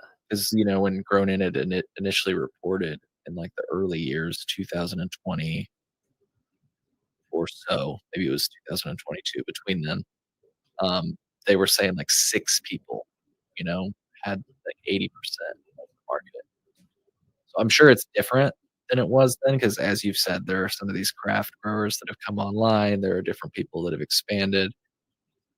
I'm sure the picture is different. It's been a few years. I don't know though. It's probably pretty similar. Yeah, I wouldn't be surprised if it's not their wildly. footprint's like nothing. Right. Like even if they all expanded to like the 14,000, like all the licenses possible expanded to their max canopy, not the 5,000, but like the 14,000, that would add up to like it was one license, right? I don't even think. Well, yeah, maybe because it was like it was like literally if they expanded all that craft grow, 95% of the cultivation capacity would still be with the original 21 large scale licenses. Right. Yeah, so I would think like it's still just like Cresco, GTI, Verano, like those are all the people that like sell 80-90% of the weed. Mm-hmm. Well, and then you've got those two cultivators that have the ability to grow outside.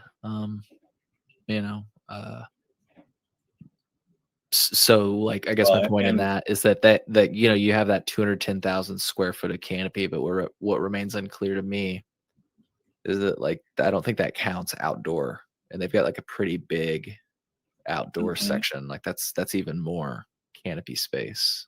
It's probably flowering right about now, actually. Probably taking it down. Getting to that time for sure. But to your point, to just this story was reported. A large scale illegal marijuana operation dismantled in Ogle County.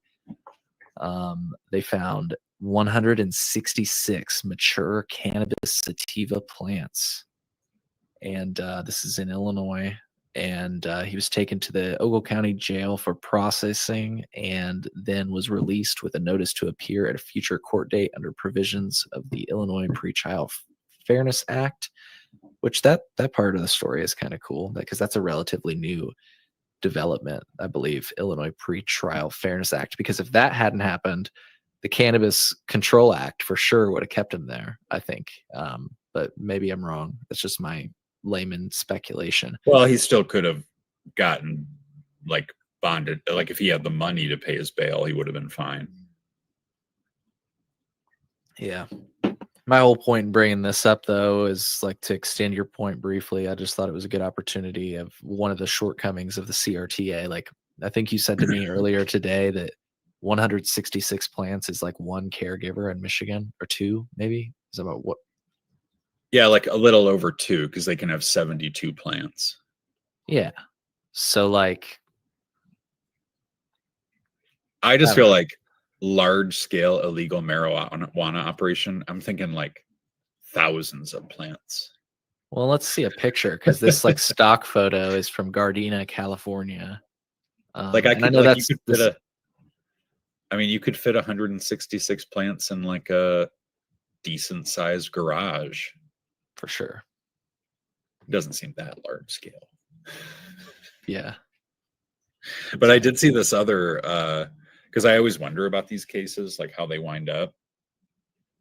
This was from earlier today. It was like an Oklahoma guy that got arrested here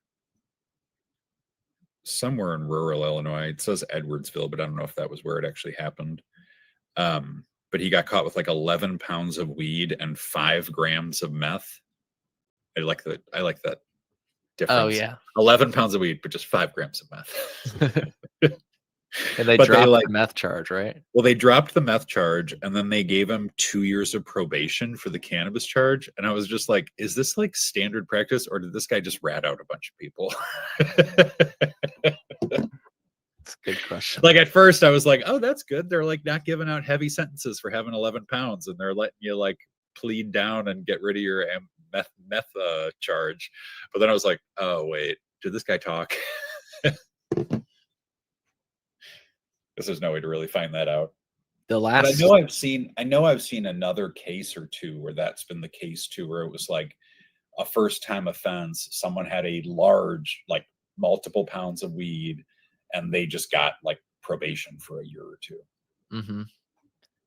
Yeah. Well, and we talked to it. I still haven't, I just heard from him the other day. It sounds like things are going okay. You remember that guy we talked to that had his house raided and he had a med card, and like it was a whole crazy thing. We watched the body cam footage. Stay tuned, folks. We'll do the episode, or we'll release that episode in the future. We're still in touch with that individual. But just again, another case of somebody being like, they like scoped out his house. Like it was really crazy. And he had a medical card, which, like, you know, there's more to the story, but in any case, like the fact that it had even gotten to that level was just, there's a lot of details to this. And it was, yeah, it's like incomprehensible, other than like I don't mean this in a, like, I respect cops, what they do for a living, but like some of them don't, I think, get the updates on laws. Yeah. Or like don't even know the laws sometimes. So like just that he got arrested for that, for home cultivation, when he had a med card, it was like, what? Yeah.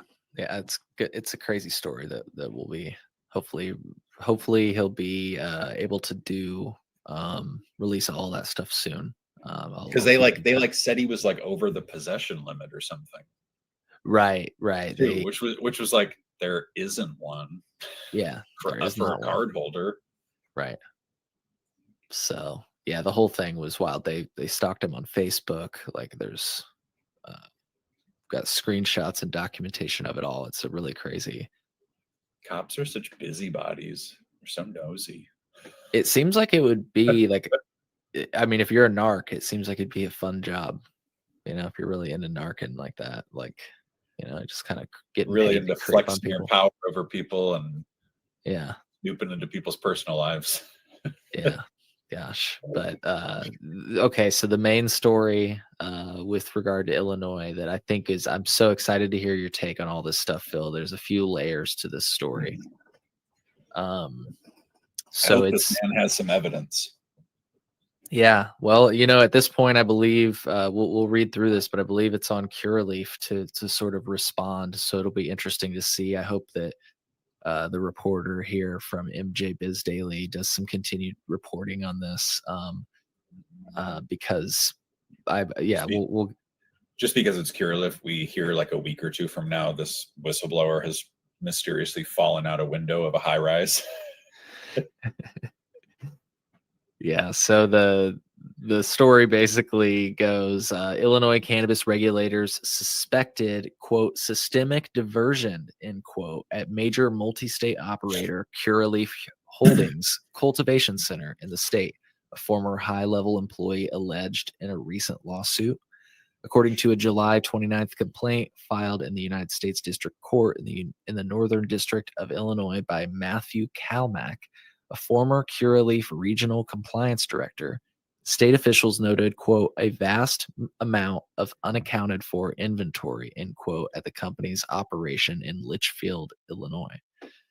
So, in addition to potential, quote, potential systemic theft, end quote, Brescia Brewer, then the Cannabis Bureau chief at the Illinois Department of Agriculture, also, quote, flagged numerous environmental health and safety concerns, end quote, including, quote, unlicensed pesticide use, end quote, according to Calmack's suit. Rather than correct that, quote, crisis, end quote, or address separate ongoing noncompliance at another Curaleaf in North Dakota, company brass fired Calmack in May of 2024 after he reported, quote, violations of state and federal law, the lawsuit alleges. So, super interesting story. I'll paste it in the show notes. One of the things that I wanted to get your take on, Phil, and it's this section specifically, they talk about cannabis diversion allegations are rare in Illinois. And they attribute that to the limits on the number of cultivators and their square footage that have prevented the oversupply problems that depress prices and otherwise encourage diversion. Okay, so I have a problem with that sentence or that concept, just because, like, so the limits on the number of cultivators and their square footage have prevented the oversupply problems that depress prices and otherwise encourage diversion. But let's say you're in a limited license state, you want to keep your prices high, you're not selling through all the stuff that you're growing. Wouldn't you still have incentive to divert it to the black market then?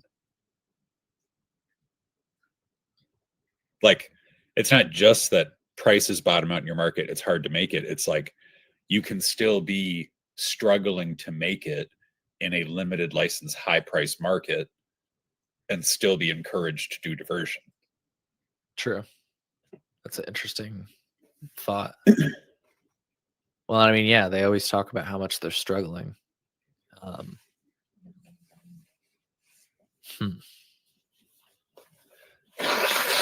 Yeah, I just thought it was interesting. They made note of that specifically. I just love this story coming out when they're like trying to shit talk the hemp market in this state, because it's like just this whole thing being like, oh, officials looked the other way and the company's getting away with all this stuff. It's like, oh, so this, you don't like hemp because it's unsafe and it's untested and it's unregulated.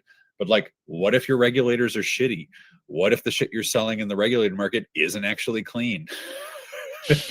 Like, do you have any ground to stand on? Because it sometimes seems like you don't.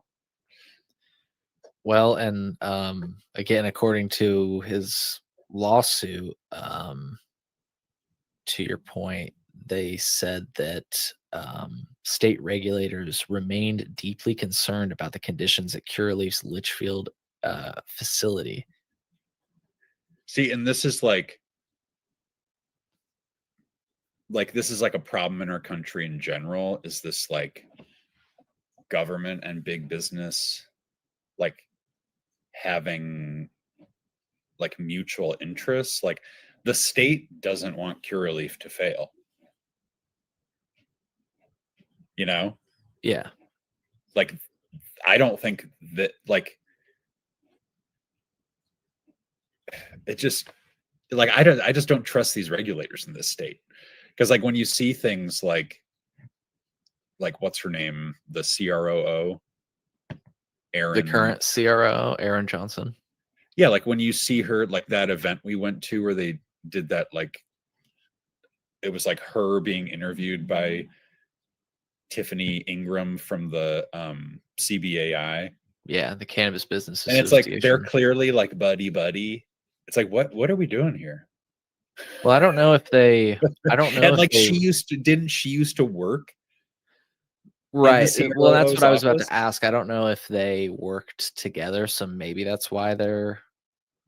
I don't know. I know that for sure. To answer your question, that Tiffany Chapel Ingram, who was interviewing the current CROO, used to work in the office of the CROO, the Cannabis Regulation Right. Oversight Office. Yeah. And But that whether you or would not they work have- together, I don't know. I guess is what I'm trying to say. But then that you have like regulators like her advocating for certain policies, and it's like, where is the line here? Like, what is your job exactly? Yeah, and I Because like interviewed. when she does shit like that, like when she's doing events with someone from CBAI and she's championing policy to like rein in hemp, it's like, I'm sorry, are you a regulator or are you an advocate? And it's a question that I asked Ray Long about, and he had I think you would appreciate his answer, and it would maybe even yield some more questions for you. If I recall correctly, Ray Long, who worked with the Chicago Tribune and famously kind of wrote the book on Michael Madigan, speaking of Michael Madigan, he said that, regulators can be called in as subject matter experts, right? But yeah, I'd have to get his full answer. But to your point, I think there's a difference between being like a subject matter expert and then pushing for legislation that like has what some describe as protectionist measures, right? Like limited licensing, versus the way that hemp licensing is currently. Like instead of adding some more structure to hemp licensing, it seems like they're saying like, no, all cannabis can only be sold in dispensaries. That seems to be the policy they're advocating or have advocated for in the past, I should say. I just think it's funny because at that like event that CBAI held that the CROO was at, it's like at the end of it, they were like offering s'mores with like edibles, like like part of a chocolate bar in it that was an edible that you could use. And I just think it's funny because like they talk about age gating all the time, but you know who wasn't taking IDs at that event? CBAI. Didn't think about that. No, I literally just thought about that. I was like, what that? Yeah, so I wrote, if people are wondering what we're talking about, I wrote this article on December 9th. You can find it at thecolememo.com. I'll put it in the show notes. It's a recap of a fireside chat with CBAI and the CROO. So on the right is that's Aaron Johnson. And this on the left is Tiffany Chapel Ingram. And I did a write-up of some of the things they discussed. Hey, there's Phil and I. We're talking to Tiffany. And Portia took that picture for us. Yeah, we talked about things, and I had actually asked questions. So if people want to read about it, they can. I'll put that in the show notes if people want more context on that. Any other thoughts on that though? I'm not trying to shift away from it. I just wanted to say if people wanted to dive deeper, they could. You were talking about the age gate with the chocolates, and Oh no, I just thought about that. that was a Just funny thought it was thought. Yeah.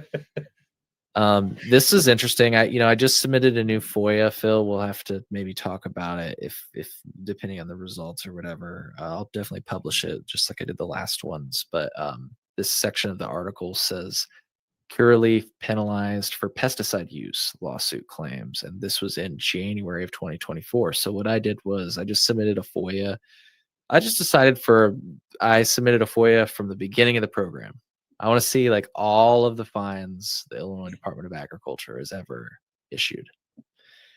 Because last time, if you recall, the article that I posted, and now I have to add that to the show notes as well so that people can read that. I started after Mike Fouché's request and went to like the current date, which was at the time was like 2023. So after this, or sorry, before this, I mean to say, he said that this fine was in 2024. So we should see something from 2024. I can tell you that. I mean, that is kind of crazy. The idea that like they're using unapproved pesticides on cannabis in 2024. Like, I mean, it was alarming that Verano did it in like 2022 or 2023, but like, yeah, well, it doesn't make you feel really great about smoking shit off the shelves from these large producers in this state.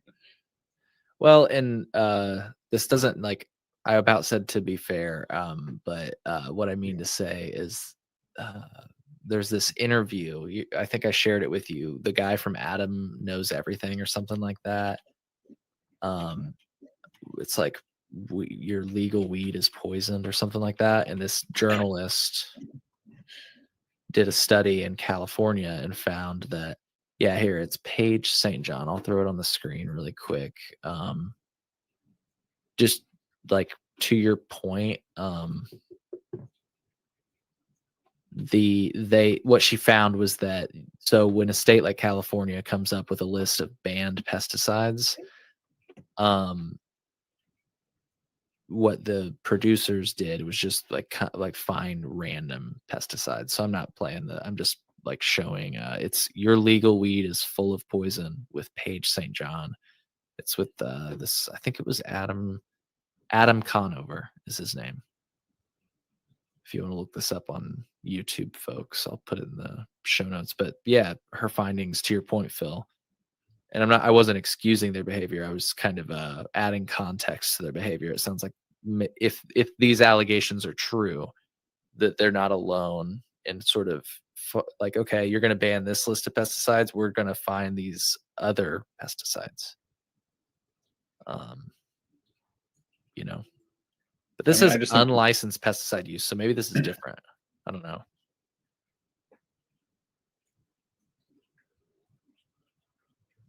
No, I would imagine that means the same thing. Just using some kind of pesticide they're not approved to use. Yeah, this was an interesting part of the allegations. During a state inspection on February 14th, 2024, regulators halted, quote, all product shipments from the Litchfield facility, end quote, after expressing, quote, serious concerns over units of missing, unlabeled, mislabeled, or unaccounted for inventory, end quote, the lawsuit claims. Again, if these are true, this part is funny when you say unlabeled and mislabeled, when you think of the hemp stuff, you know. I don't know. These are just funny observations I'm sharing as I go through this stuff. The other things that we breezed over, by the way, I don't want to, if these allegations are true, of course, the allegations of health concerns and the lack of PPE. And just again, for context, you know, somebody like died, I think in Massachusetts, in a Truly facility, I believe, due to like not having PPE, I guess, if I recall correctly. Yeah, essentially it was like fine particulate matter of like ground cannabis, I believe. That was like she was breathing it in. Yeah. So, didn't want to breeze over that. You know, apparently there are allegations about that as well in this lawsuit. So, well, and you just have to imagine like a lot of these cannabis companies, especially the big MSOs located in this state, are like just so swimming in debt and like not really profitable, if profitable at all. So you just have to imagine they're cutting, like they cut all the corners that they can. They're not like, you're not going to find like a gold standard of operating procedures from some company like this. Yeah. You know, like you say, the business is hard in a weird way, Phil. I don't misunderstand me here, but I completely understand limited licensing. Because like if you want to get rich off of selling cannabis, the only way you can do it is if you like set up artificial constraints like that. Or do it really well. Or do it really well. Fair enough.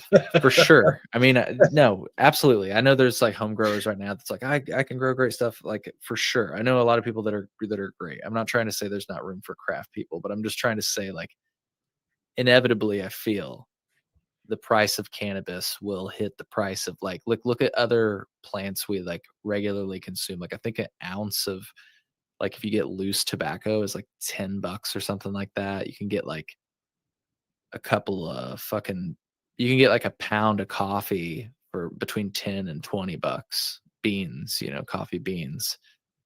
I'm just trying to make the point that like a lot of different produce and especially like teas and coffees and tobaccos, like there's still of course very expensive versions of them, to your point, right? Very good craft. Right. There's a good craft cigar or whatever. Yeah, but most people just want like Folgers in the can. That's ding ding ding. That's me. I'll just go and get Folgers in a can or something like that. Not to give them free advertising, but I'm a basic bitch. But so to your point, it gets the job done, just like brickweed did back in the 90s. Right. There you go. I didn't know if people were going to be dissing on me for drinking Folgers. People have in the past. But the point being, you get the point, right? Like, I feel like for the most part, it's just going to get like priced that way. And it seems like in Illinois, we're like hell bent on the idea that like an eighth is $50 or something like that. Like you can't. Well, also it's like they don't even leave room. So like Michigan has like some crazy, insanely cheap prices. Like I wouldn't go below a certain point. Like right, $100 an ounce is usually like my floor for quality. We explore up from there. But Illinois just doesn't even like. So if let's say like you had the model that we do now, but the licenses weren't limited, but everything else was still the same. There's no way for like, all those prices would just be basement floor prices. Everyone would be dropping them super low. There's no way to like differentiate yourself or like give people a better experience. Like in Michigan, you can go to a shop that's a micro business that grows their weed on site, has a little consumption lounge. Like that's like a more premium experience where even in a world of like $30 and $50 ounces, people go to that shop to buy $50 eighths. Right. Because they're good. And that's the thing that and like it's like the whole experience, and it's a small business, and you feel good about paying this person who you maybe even know $50 for their weed instead of like some random bud tender who probably doesn't love their job, who works for Ben Kovler, who everyone hates.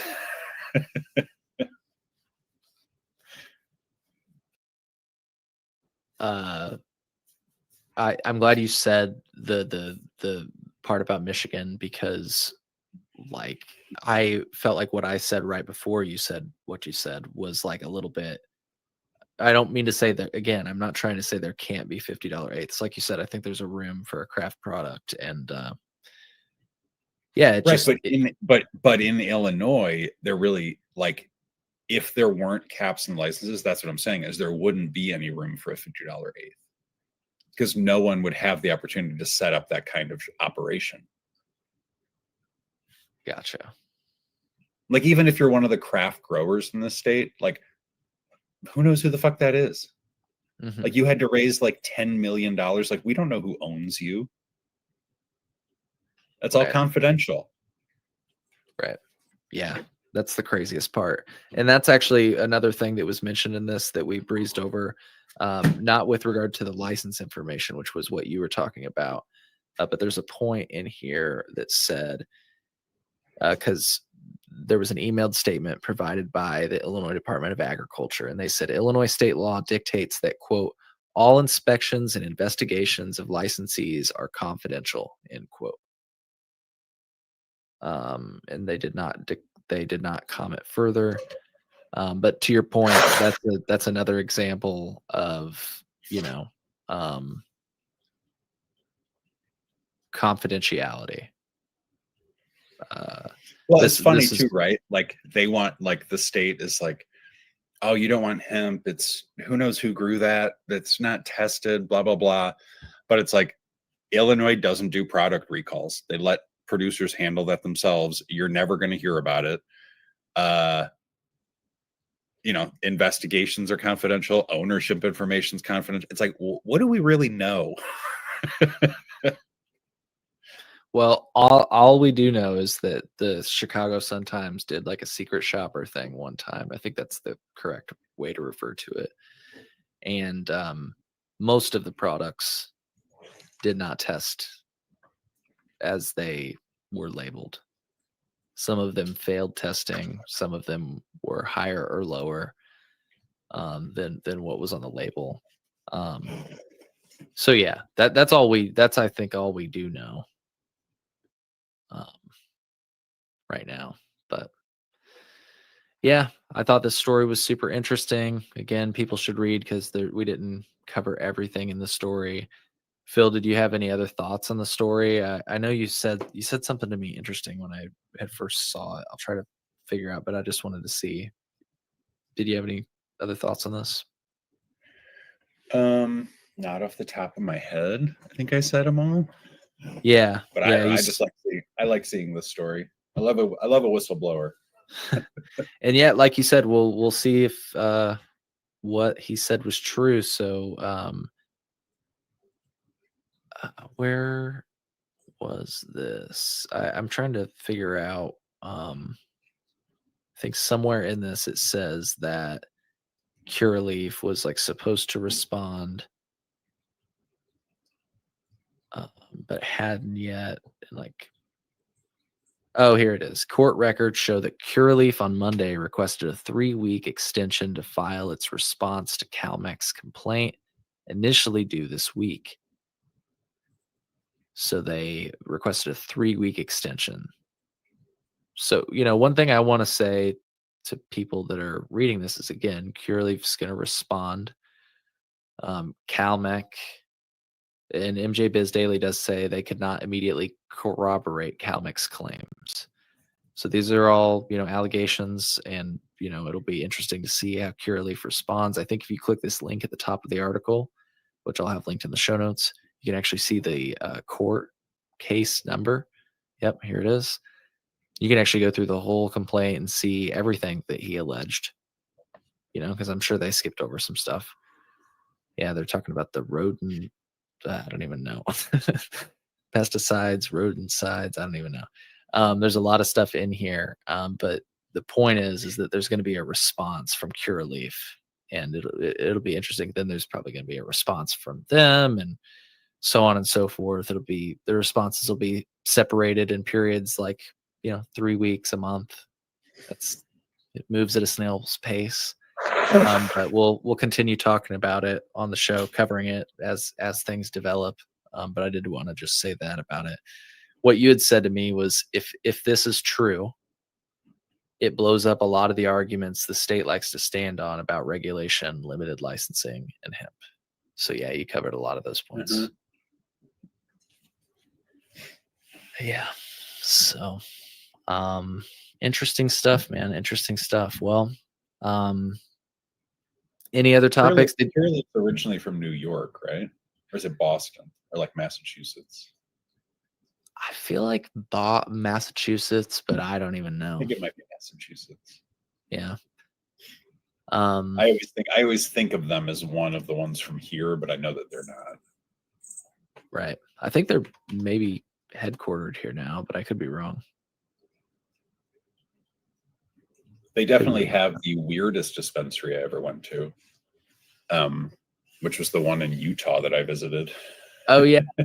It was literally like it was in Park City, but it was like in a strip mall, and it was just like a door you walked in, and then there was just a staircase. It was like in the basement of a strip mall. and it was bizarre.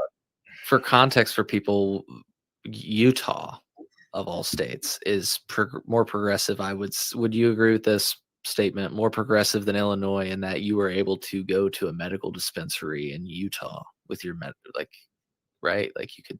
Yeah, that might be the only way. Sure, that might be the and only way. when you buy the weed, they literally tell you, because they're like obligated to, the person that checks you in is like, just so you know, it is illegal to smoke this weed in the state.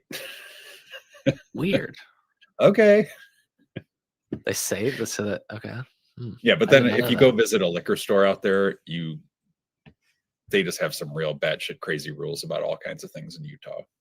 But yeah, if you're ever visiting, you can get a visitor's medical card. I think I paid like $15 for it, and it's good for like 2 weeks or something like that. That's interesting. It's interesting. I am curious before I let you go. Did you see this article I wrote about the Medical Cannabis Advisory Board, and specifically the comment that one of the original advocates and first patients in the medical cannabis program made? Oh, I think you did. It was about like the program leaving people behind and whatnot. Yeah, I'm displaying it on the screen right now. He basically, kind of confronted them and was like, "You keep saying that that we're the bedrock, and he said we should be the bedrock because historically there are no adult use cannabis programs in the United States without first being a medical cannabis program. And as a patient, I will say that it feels like they rode our back to get here, and now we're stuck back. We're still dealing with the 2014 dispensaries." This quote I thought was notable. He said, "I've personally been working on getting the dispensaries, getting the regulations changed in Springfield, and we've been working on opening up the dispensaries to medical patients longer than we worked on the original medical cannabis bill itself." And why is that? Because there's large cannabis companies working against you now. Yeah. And honestly, he was the first registered medical cannabis patient, and he's on the Medical Cannabis Advisory Board as a patient advocate, I think. Like, there just should have been a much more, like, these big companies are bad. I don't know how else to put it. Like these giant companies that like dominate this market are bad. Someone should have like done a more thorough boycott of them way earlier on. Yeah. And I remember I was telling you about this back in the day on the show, Phil, that I had seen the Illinois cannabis testing lab. It looked like a high school science lab, and they shared pictures of it. See? That's what I was talking about. It's giving me high school chemistry flashbacks. Yeah, straight up. To your point, they did bring up hemp. They said that Illinois' the state's climate and soil make it a particularly good place to grow hemp. But the science has now also delivered the potential for intoxicating cannabinoids within hemp. The department has engaged with the governor's office, with the administration, and with our partner agencies, as well as the legislature, on finding potential pathways forward on ensuring that those products are safe for the consumer as well. So it is kind of funny, like this insistence on like this whole intoxicating thing. It's like, because I know it's like they're like, oh, it's intoxicating, so it has to be taxed. It's like the main thing. Like, I know they say it's got to be regulated too, but mainly they just want the taxes from it. There's like all kinds of intoxicating things we sell in the state that you only pay sales tax on. Like you go buy whippets at a head shop, you're only paying sales tax. There's no excise tax on nitrous oxide. Or if you want to go take some DXM and cough medicine, they're not charging you an excise tax on your Robitussin. Right. Yeah. Yeah. No, and that's kind of back to what one of those Michigan advocates was saying, that that like most over-the-counter medicines are not taxed the way that cannabis is, if we're going to call it an over-the-counter medicine, which I think is like pretty fair. Definitely a lot of people But use nitrous it as isn't a medicine. Nitrous is sort of a medicine. Like I get it when I go to the dentist, you know, because I'm a anxious person with the dentist. No, I've just never like had the- anything bad. I just don't. I don't like the pokey things in the mouth. You know, scares me. But yeah, that there's other things that were discussed. I think one of my other favorite questions, just to close out, was from one of the board members. They asked if the CROO could survey patients to better understand their barriers to care and experiences with the medical program, noting that the office has access to the full patient list. The Honestly, CRO. if you need to survey patients, she's been in the job long enough. If you don't know what the issues are at this point, like find another job. You don't need to survey. No, she people. does for sure. She's been on the podcast. It's Nurse Katie. Oh no, I'm talking or about the Rebecca. CROO. Oh yes, you're right. You're right. Like I get it. Maybe she can gather the data and you can use that to like advocate for stuff. But it's like if the CRO doesn't know those things, like maybe she should find another job. I understand you now. Thank you for clarifying, because I was like, oh no, Like the barriers for medical patients are pretty obvious. Yeah.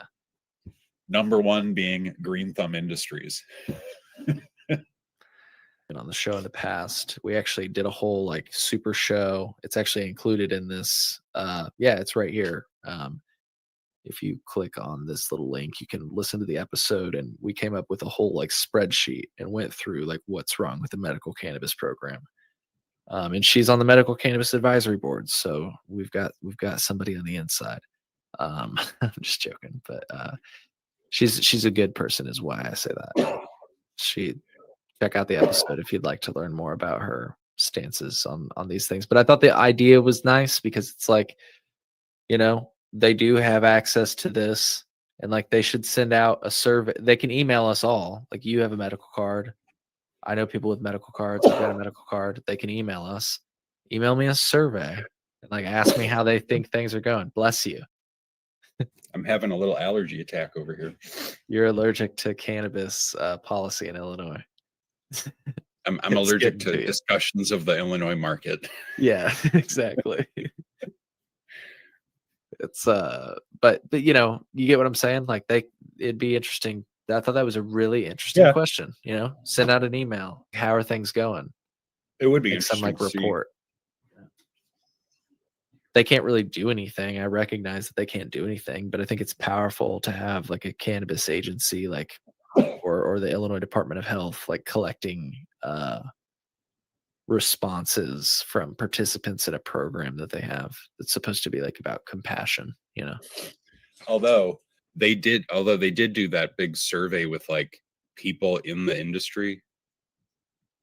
They actually, yeah, that's literally what he said, that they coordinate state policy, but added that his office is familiar with surveys pointing to a recent diversity study. But then it's like, what did that do? Like Well, these surveys, these like, what was the other one? The study they won, the disparity study. It's like literally these things are just for like bureaucrats in the Illinois government to keep their jobs doing their busy work. Like nothing comes as a result of it. I will say one of the things I like about that study, and it's really hard I wouldn't be able to show you it in it right now, but other outlets have reported on it. And you remember this number because it was in my mini documentary. It showed that 78% of sales went to the original. I can't remember the stat right now, but the point is that it at least had those figures that showed that nothing had really changed. Oh yeah. Like which would be useful figures. if legislators listened to people or cared about shit at all. Yeah. Yeah. Like if you don't have money to pay a handful of lobbyists to advocate for you, like they just really don't give a shit. Yeah. I can't remember that, but it's covered in my mini documentary if people want to see one of the results of or the one of the major takeaways of the cannabis disparity study. So well, Phil, I think we close this segment out. I appreciate you joining me to talk Got about. my allergy pills. There you go, dude. There you go. And no, it's bad this time of year. It's really bad. All the farmers are out stirring things up. Like, if people aren't from Illinois and they're watching the show, it is like just a bad time of year to try to breathe. You know. But hey, you stay safe. Thank you for giving us updates on what's going on, like near where you live. Stay safe with all that craziness, and appreciate you coming on and talking about your take on Illinois and Michigan. And I myself am headed to Michigan tomorrow. Hey, so safe travels over there, and enjoy what I call the Mecca of cannabis. And it was also fun to talk to you about that Trump thing and all the other things we talked about. The lawsuit, of course. There's something else we talked about, but anyways, it's okay. Any other thoughts before we go? Or? It's always a pleasure, Cole. Yeah. Oh yeah, and I meant to say we'll have to connect again sometime soon. Go and get some yummy food in Chicagoland. So. Oh yeah, for sure. We'll make that happen. But I didn't ask you today.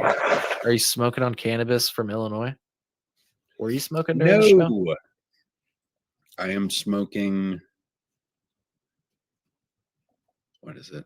I confuse these two. I think it's frosted truffle pie from Light Sky Farms from Burton, Michigan.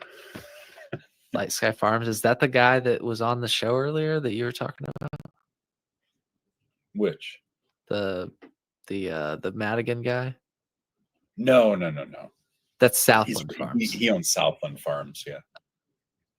That I had to look back. I was like, what is that farm name? Yeah. I just thought it would have been funny. You were like, I'm soaking this stuff from Southland. I misheard you, or no, definitely not.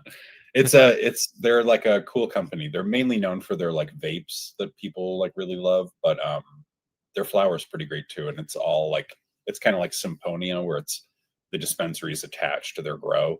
Oh, cool. Which is always a selling point to me. Yeah, absolutely. Well, sweet. I hope people enjoyed this segment as much as I did. And Phil, I'll have to get you back on if we get, like I said, I'm working on getting. Hey, veto session's coming up. I'm sure we'll have something to talk about, or nothing. Yeah, I'm sure nothing. But like I said, I am working on getting that cool guest on that's been involved in cannabis advocacy. Oh yeah. In Michigan. Yeah, that would be fun. We'll make that happen. But anyways, till next time. All right, folks. I hope you've been enjoying this broadcast. It's just about 5:26 p.m. Central Time. I hope you're all smoking well, and I hope you found value, like I said, in the broadcast. And in case you didn't know, just to close this all out, if you go to the broadcast, if you're watching the broadcast now, and you want to see some of the stories that we referenced, I will show you exactly how to do that. So let's see. We might create a little inception moment here. I'm at colememo.com/live, which nobody called in, but that's okay. I'll try to do better about announcing that. That was a pretty long segment. If you go to colememo.com/live in the future, you can just click this button and tune in live. What's up, Cannabis Critique? He said cooked and now eating my dinner. Enjoy dinner, dude. Yeah, I'm about to go get dinner.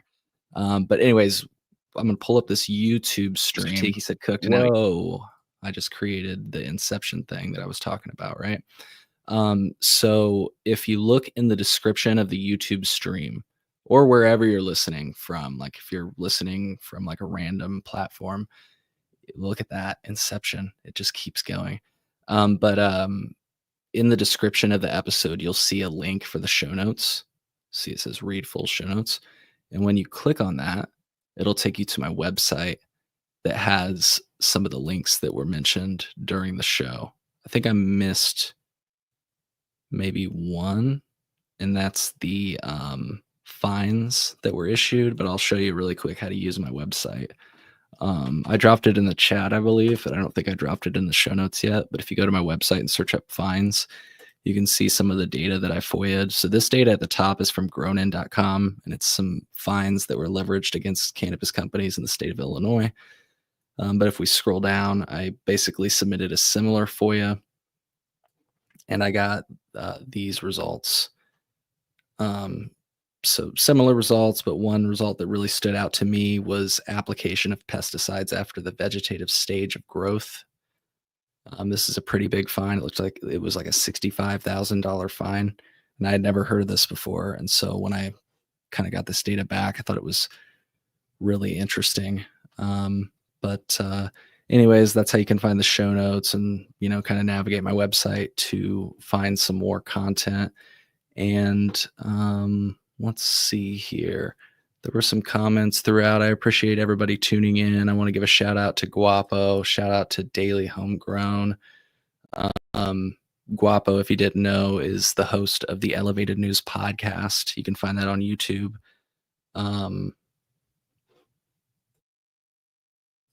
Excuse me, I had to cough. Didn't want to do that into the microphone.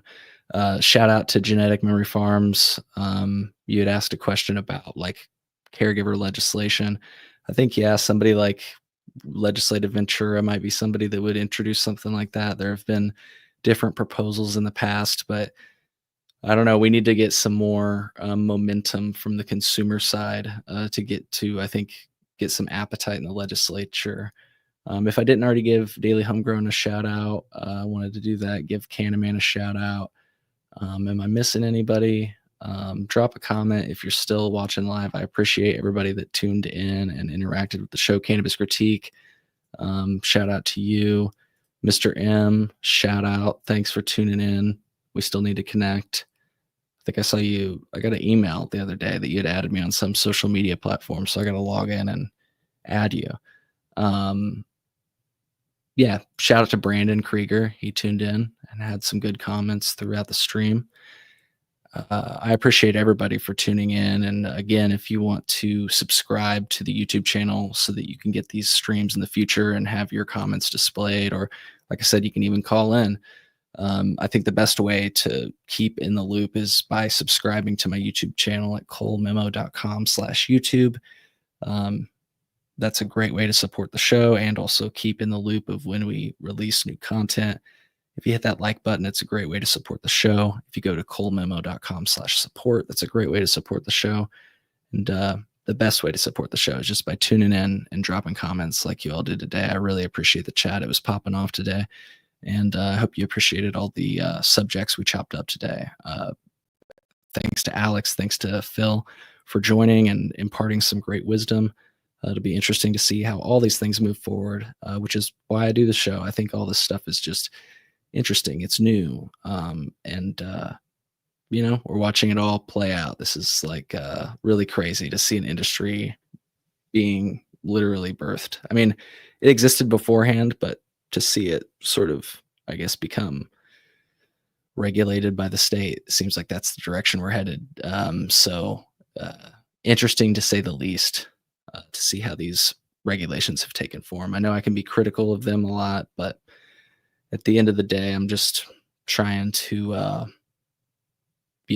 watch what unfolds and share it all with you through this podcast and on colememo.com. So I appreciate you all for tuning in. We've held just over 40 viewers this whole time. Nobody's commented from X. I really suspect, and this is probably going to get me in trouble on X, that like those aren't real people. I always have like a real large number of people on X tuning into the show allegedly, and like I'll get one comment here or there. So that's a challenge to you people watching on X. If you're real, drop a comment. That'd be crazy. That would be insane. I've seen it like once or twice. To the people watching on YouTube, thank you. I hope you enjoyed me dissing on those people on X. I'm just not even dissing. I'm just challenging them because I'm like, there's no way. There's no way. One time it said there was like 70 people watching on X. It's like, let's see a comment. Let's see. One time somebody shared it. So I was like, okay, people are definitely watching it, but anyways, it's interesting to see this little number ticker on my streaming software. I hope you all are having a great Friday evening. And I hope you have a great weekend. Again, check out the show notes to dig deeper. We say things on the show. I always encourage people to, do their own critical thinking. And that's why I put in the effort to share all the links for everything that we discuss. So check that out. There's a lot more that we didn't discuss in some of those links too. So if you enjoyed this discussion, like, that's how you get more. So, all right, folks. Well, have a good one, and I guess we'll see you on the next episode of. You want to see this? I'll make you guys laugh. Here we go.